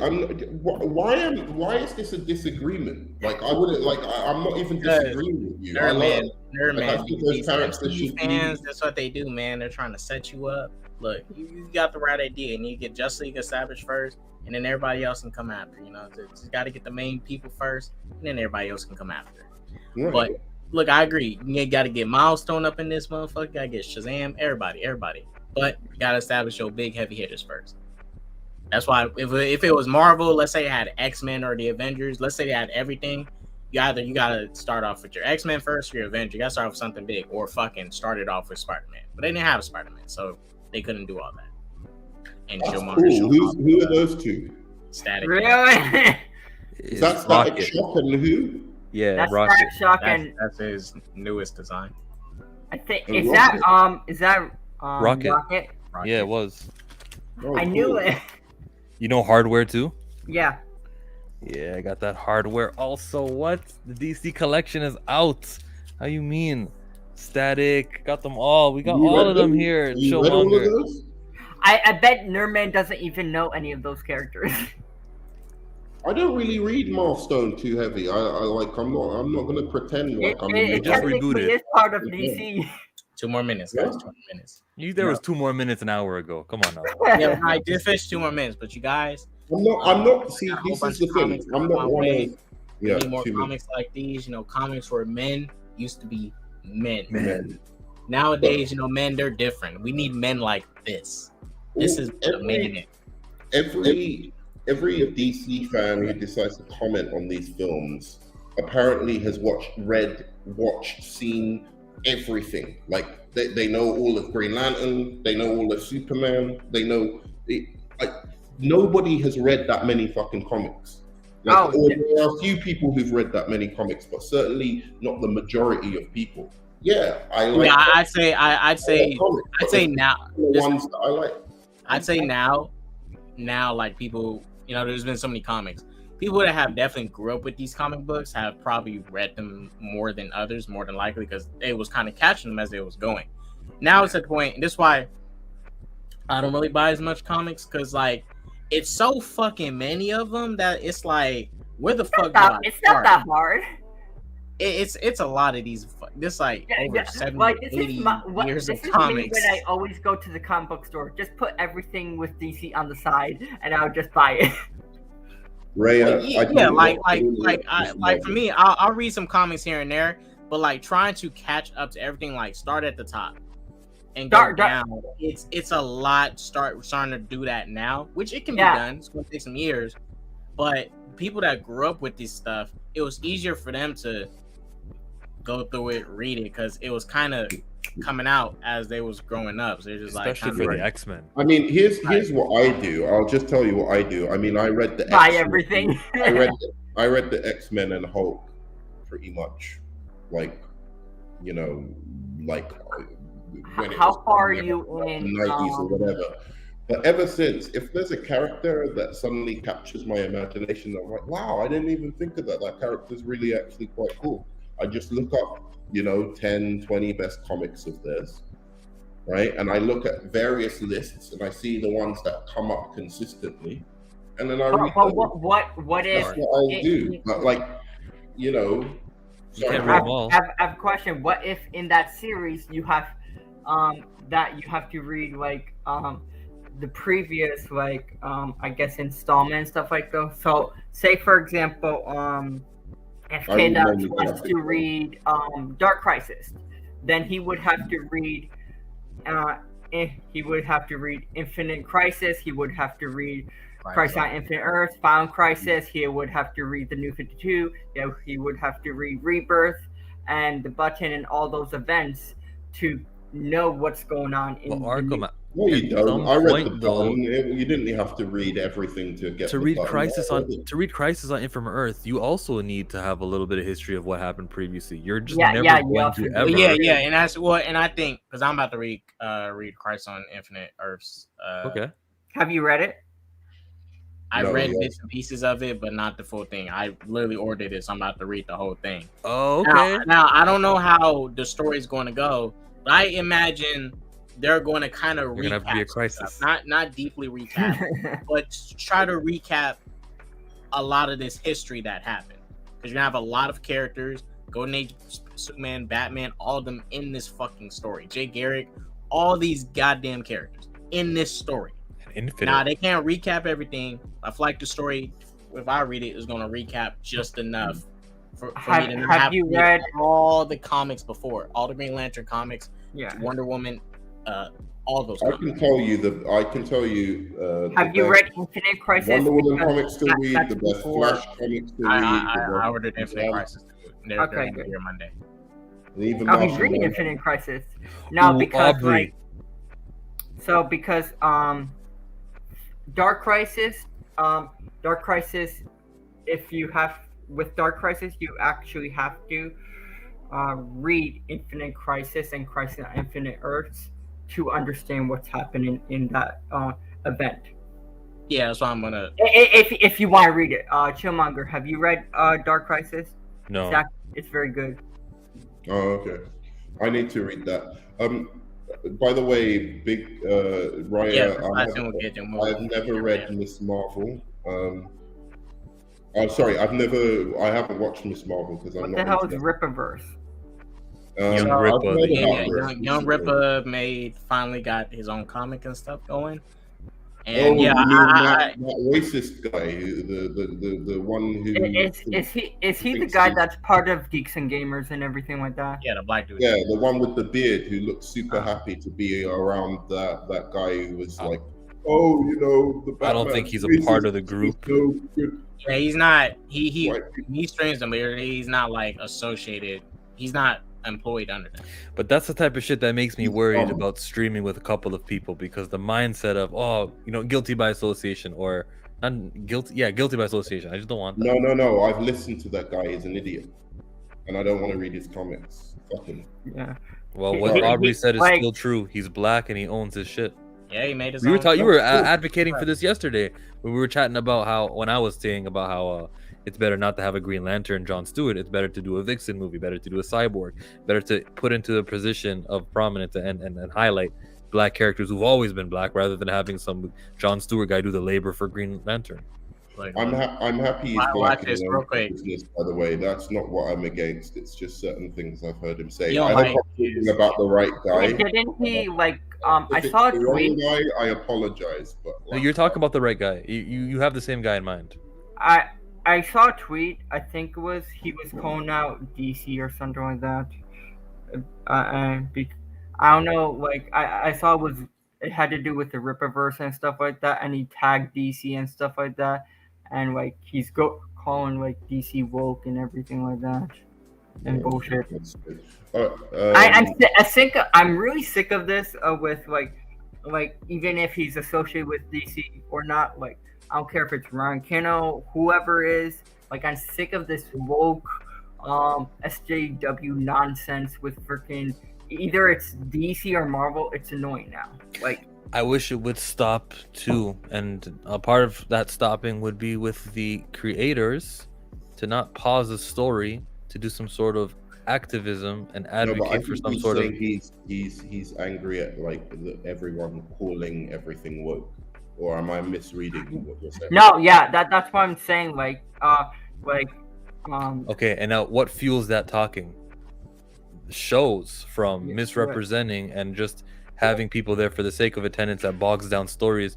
You can literally defang every single quote SJW argument by just casting and then doing proper stories. That's what you don't understand. Behind all of the bullshit, they're racist, sexist, entitled, fragile, weak men that just can't deal with their own fucking lives.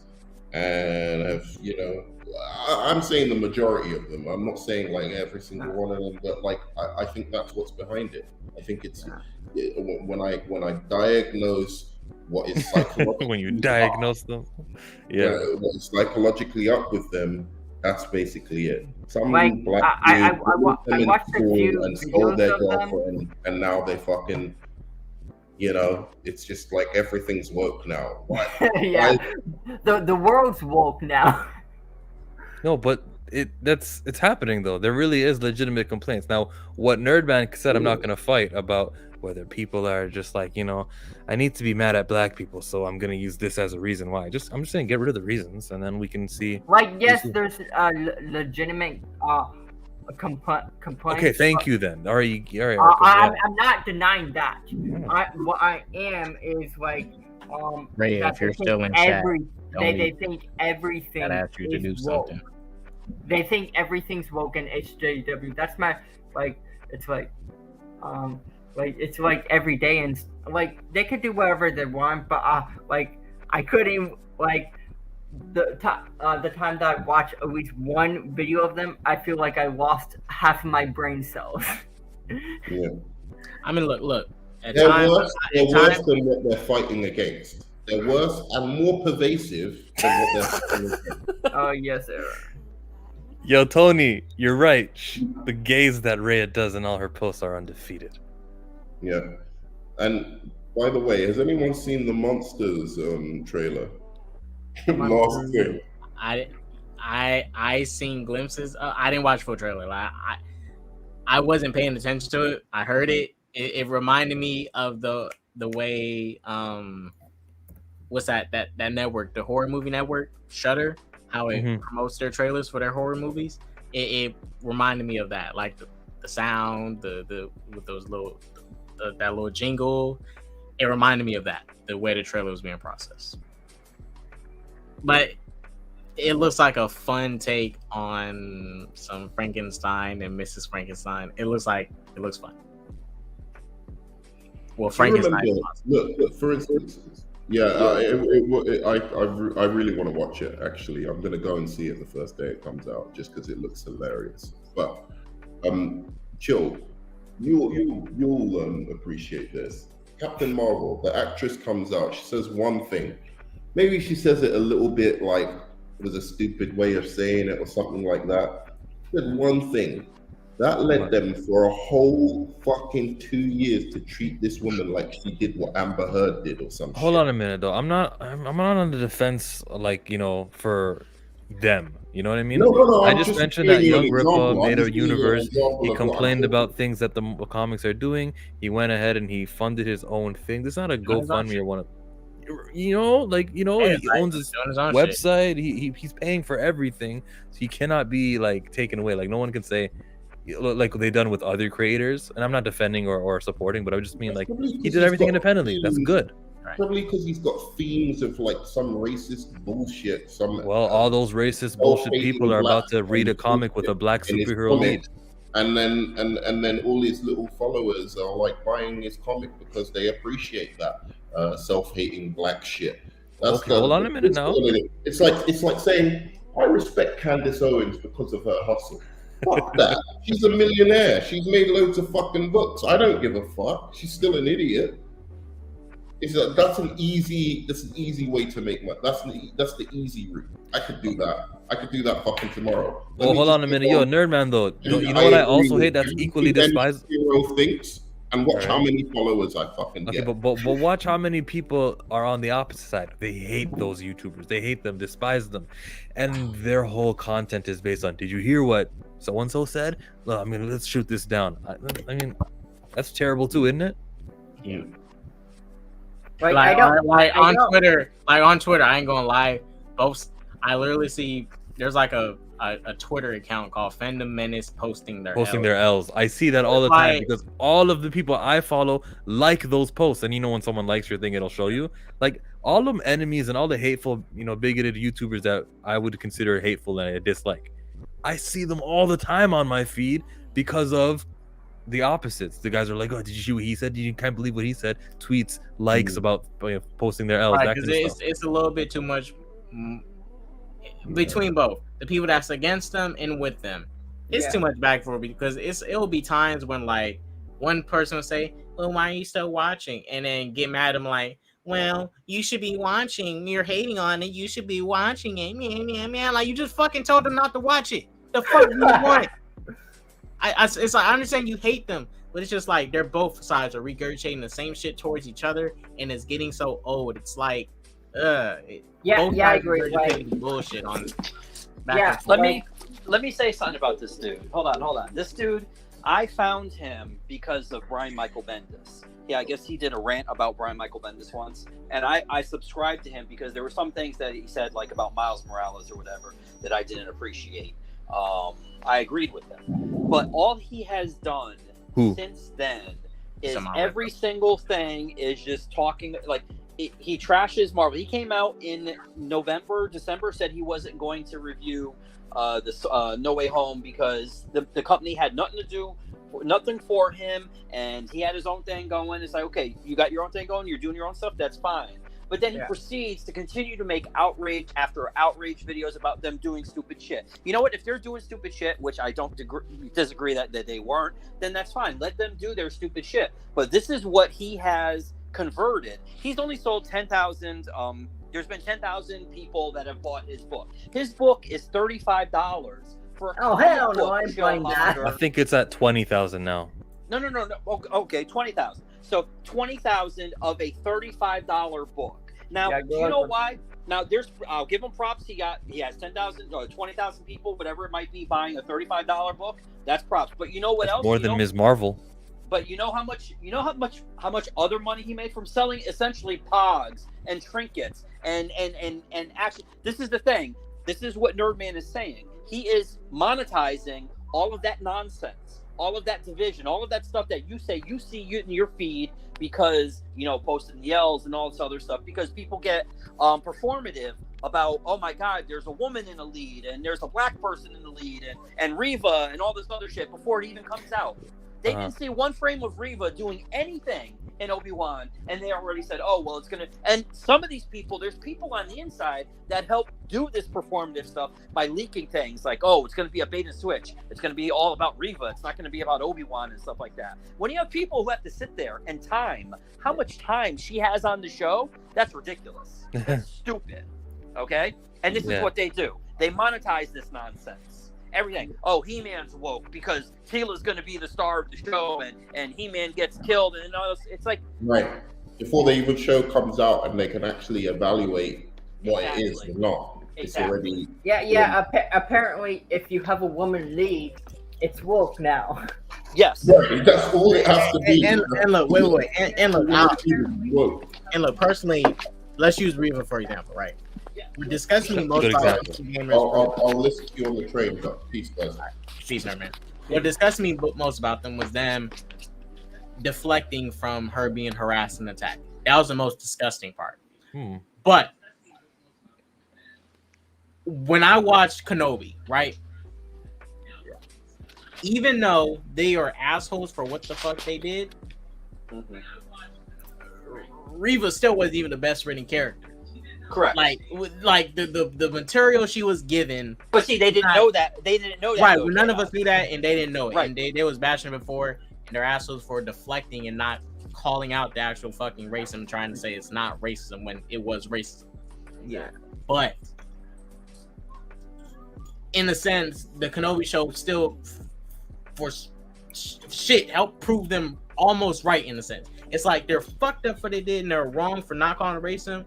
But about her not being a good written character, they wasn't even too wrong about that shit either. So then I'm like, fuck, like you kind of gave these motherfuckers ammunition by not giving her better material. Like and that happens a lot. Well, and this is how because they're there for diversity, for attendance.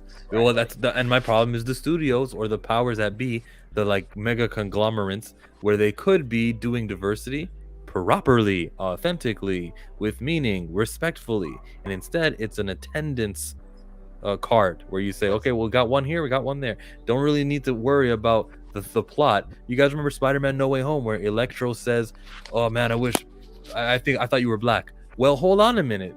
In your little moment where you're going to tease Miles Morales because diversity, you forgot the part of the plot that only people can come to this universe if they knew Peter Parker was Spider-Man. So for him to have that line at the end is terrible, and it came at the expense of logic and reason. Well, he did. Well, no, because he did say like his reasons why he thought he was black, though. But the only way that Electro could have come to the MCU through that portal were only people who knew his identity. Oh, you're talking about that, right? No. I thought you were talking about like immediately after he says that line, he tells him why, like, you know, you hang out in Brooklyn, whatever the reasons were. I don't even remember what they were, but I'm saying I see what you're saying, and yes, about the reason about him coming to the universe and all that. But I'm talking about why he said that line. That's all. Well, yeah, that was there. So like when we do diversity, which let's do it properly, where we can't immunize. We can't give weapons to the people who are just ready to ish on Riva before that ish came out. Right. And this all happened because we mentioned Rippaverse. I'm not defending Rippa or on the trial for Rippa or the fans or everything. All I know is there's 20,000 humans who are buying a comic book which has a black man in the lead. So maybe they are hateful people. That comic is going to make them humanize this Isom character that they, he just made $1 million off of. Well, see, but that's the thing. Let's look at it. Let's look at it as if, okay, how many? You said 20,000 people. 20,000 people. If those people were buying a Marvel or a DC comic, that comic book would be $3.99.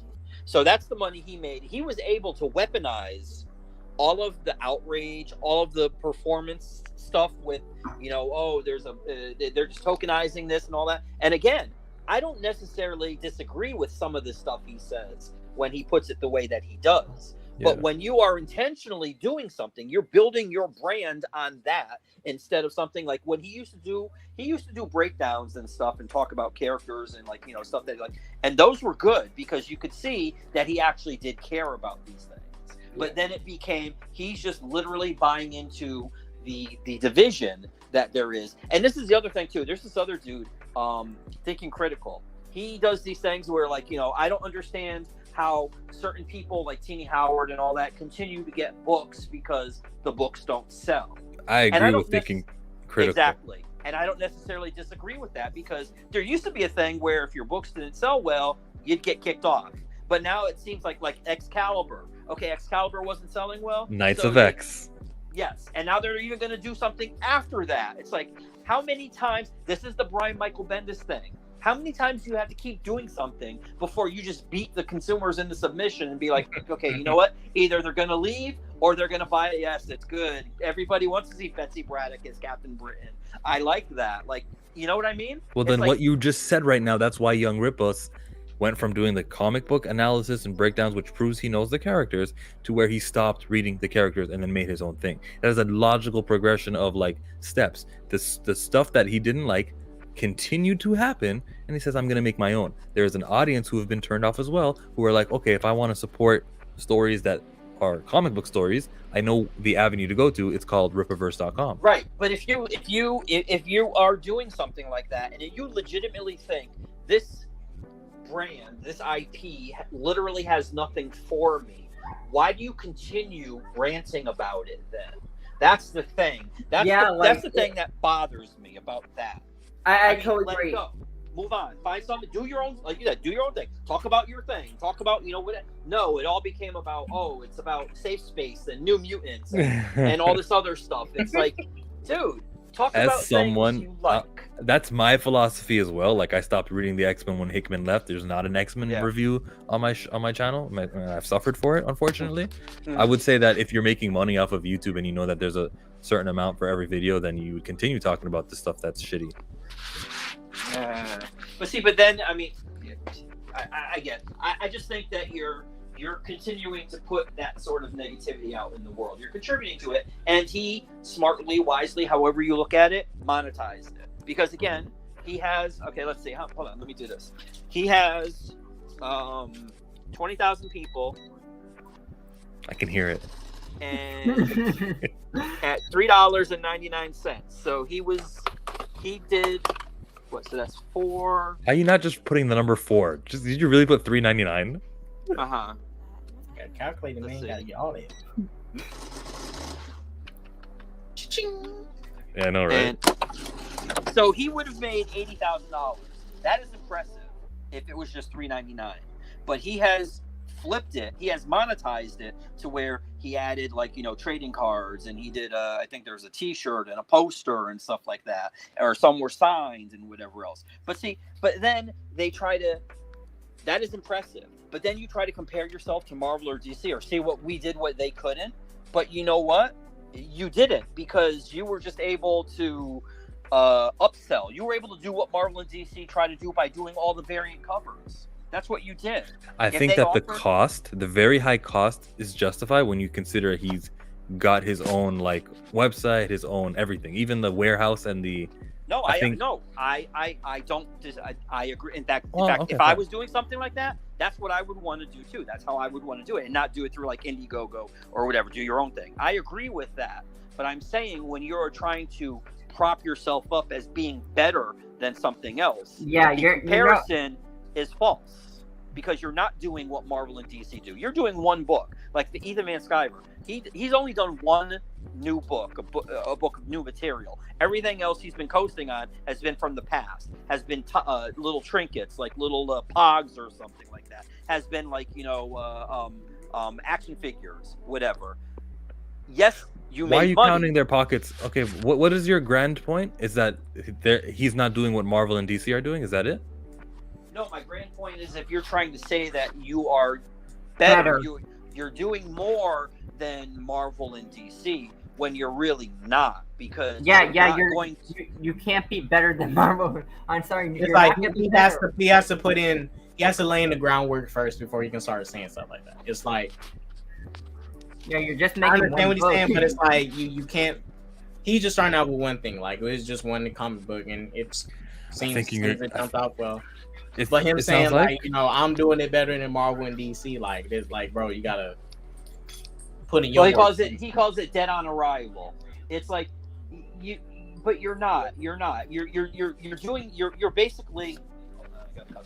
You're basically like what is it, the Franklin Mint thing? You're Franklin Minting these things by saying, oh, this is only going to be a once in a lifetime thing, and you have these other things. Marvel does it consistently on a weekly basis. So when you start doing that, then you can say whether you're doing something better than Marvel or not. Right now, you're just literally doing your first thing, and it was successful. But you've done that based on the outrage and the drama that you've created because of Marvel and DC. So essentially, you really should send them a check for all the material they've given you. How's it going? All right. Yeah, DC and Marvel should be getting those checks right now. That's not happening. Exactly. That's what should happen. All right, you guys. Was there any last thing y'all wanted? And I need Rhea. One last thing, I want to hear from Rhea. She gotta say it. Rhea, DC or Marvel, homegirl? Who's the best? And we're gonna end this stream. Rhea, I need that answer. Hook your boy up, DC or Marvel. Rep your stuff right now, Rhea. Let these MCU heathens know who's the best, DC or Marvel. Come on. It's very easy. Come on, Rhea's gonna have me, Trinity, the YouTuber named Second Stream Marvel, Ashley, the Queen of Marvel. We'll all be on her stream Saturday in the evening. So man, it's too many Marvel MCU heads on one stream, man. Sounds like some betrayal. Well, she didn't invite you? You're not coming? I don't know. I think this is my first time hearing y'all doing the stream. Is it today or Saturday after my streams? Like we don't. That stream, the Ms. Marvel review. Oh, okay. Hey, Doc's gonna be DMing right now. So guys, Rhea hasn't said nothing, but if you guys wanted to plug your channels real quick, let us know what y'all got coming. I think Mike will be playing Fortnite more than likely tonight, Mike. Mm-hmm. Mike, did you read Dark Crisis issue 2? I have not yet. It's pretty good. I did thumb through it, and it looks like Dan DiDio, his edict of killing Nightwing. I mean, I think somebody still has it going on there, because they're not treating Nightwing well, man.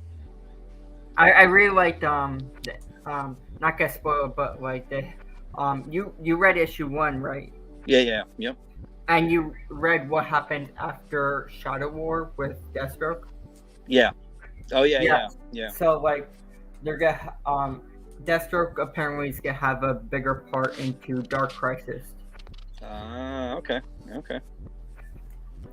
But I'm pretty. I hope they don't kill off Nightwing, and that's like my. not. Yeah, like That's one of my like first it's Batman, then it's Nightwing. I really like Nightwing. Like I hope one day we get that movie. I do hope. He's one of my second favorite characters in DC. Knight, I agree with you about Mark Millar, right? Yep, Red Suns, terrible. He sucks. You can subscribe to Chillmonger and watch my stream on Saturday at 1 o'clock Eastern Time. 33 burning MCU questions. All right, you guys, we're about to get ready to head out. Just saw it today. Going to order the Deathstroke, the Terminator Volume 1. You guys, thank you all for watching. Also have peace, love, posse, all that jazz. Don't do any drugs. And I think personally we should take this out with something epic. Matt Reeves, this is Batman. Dun, dun, dun, dun.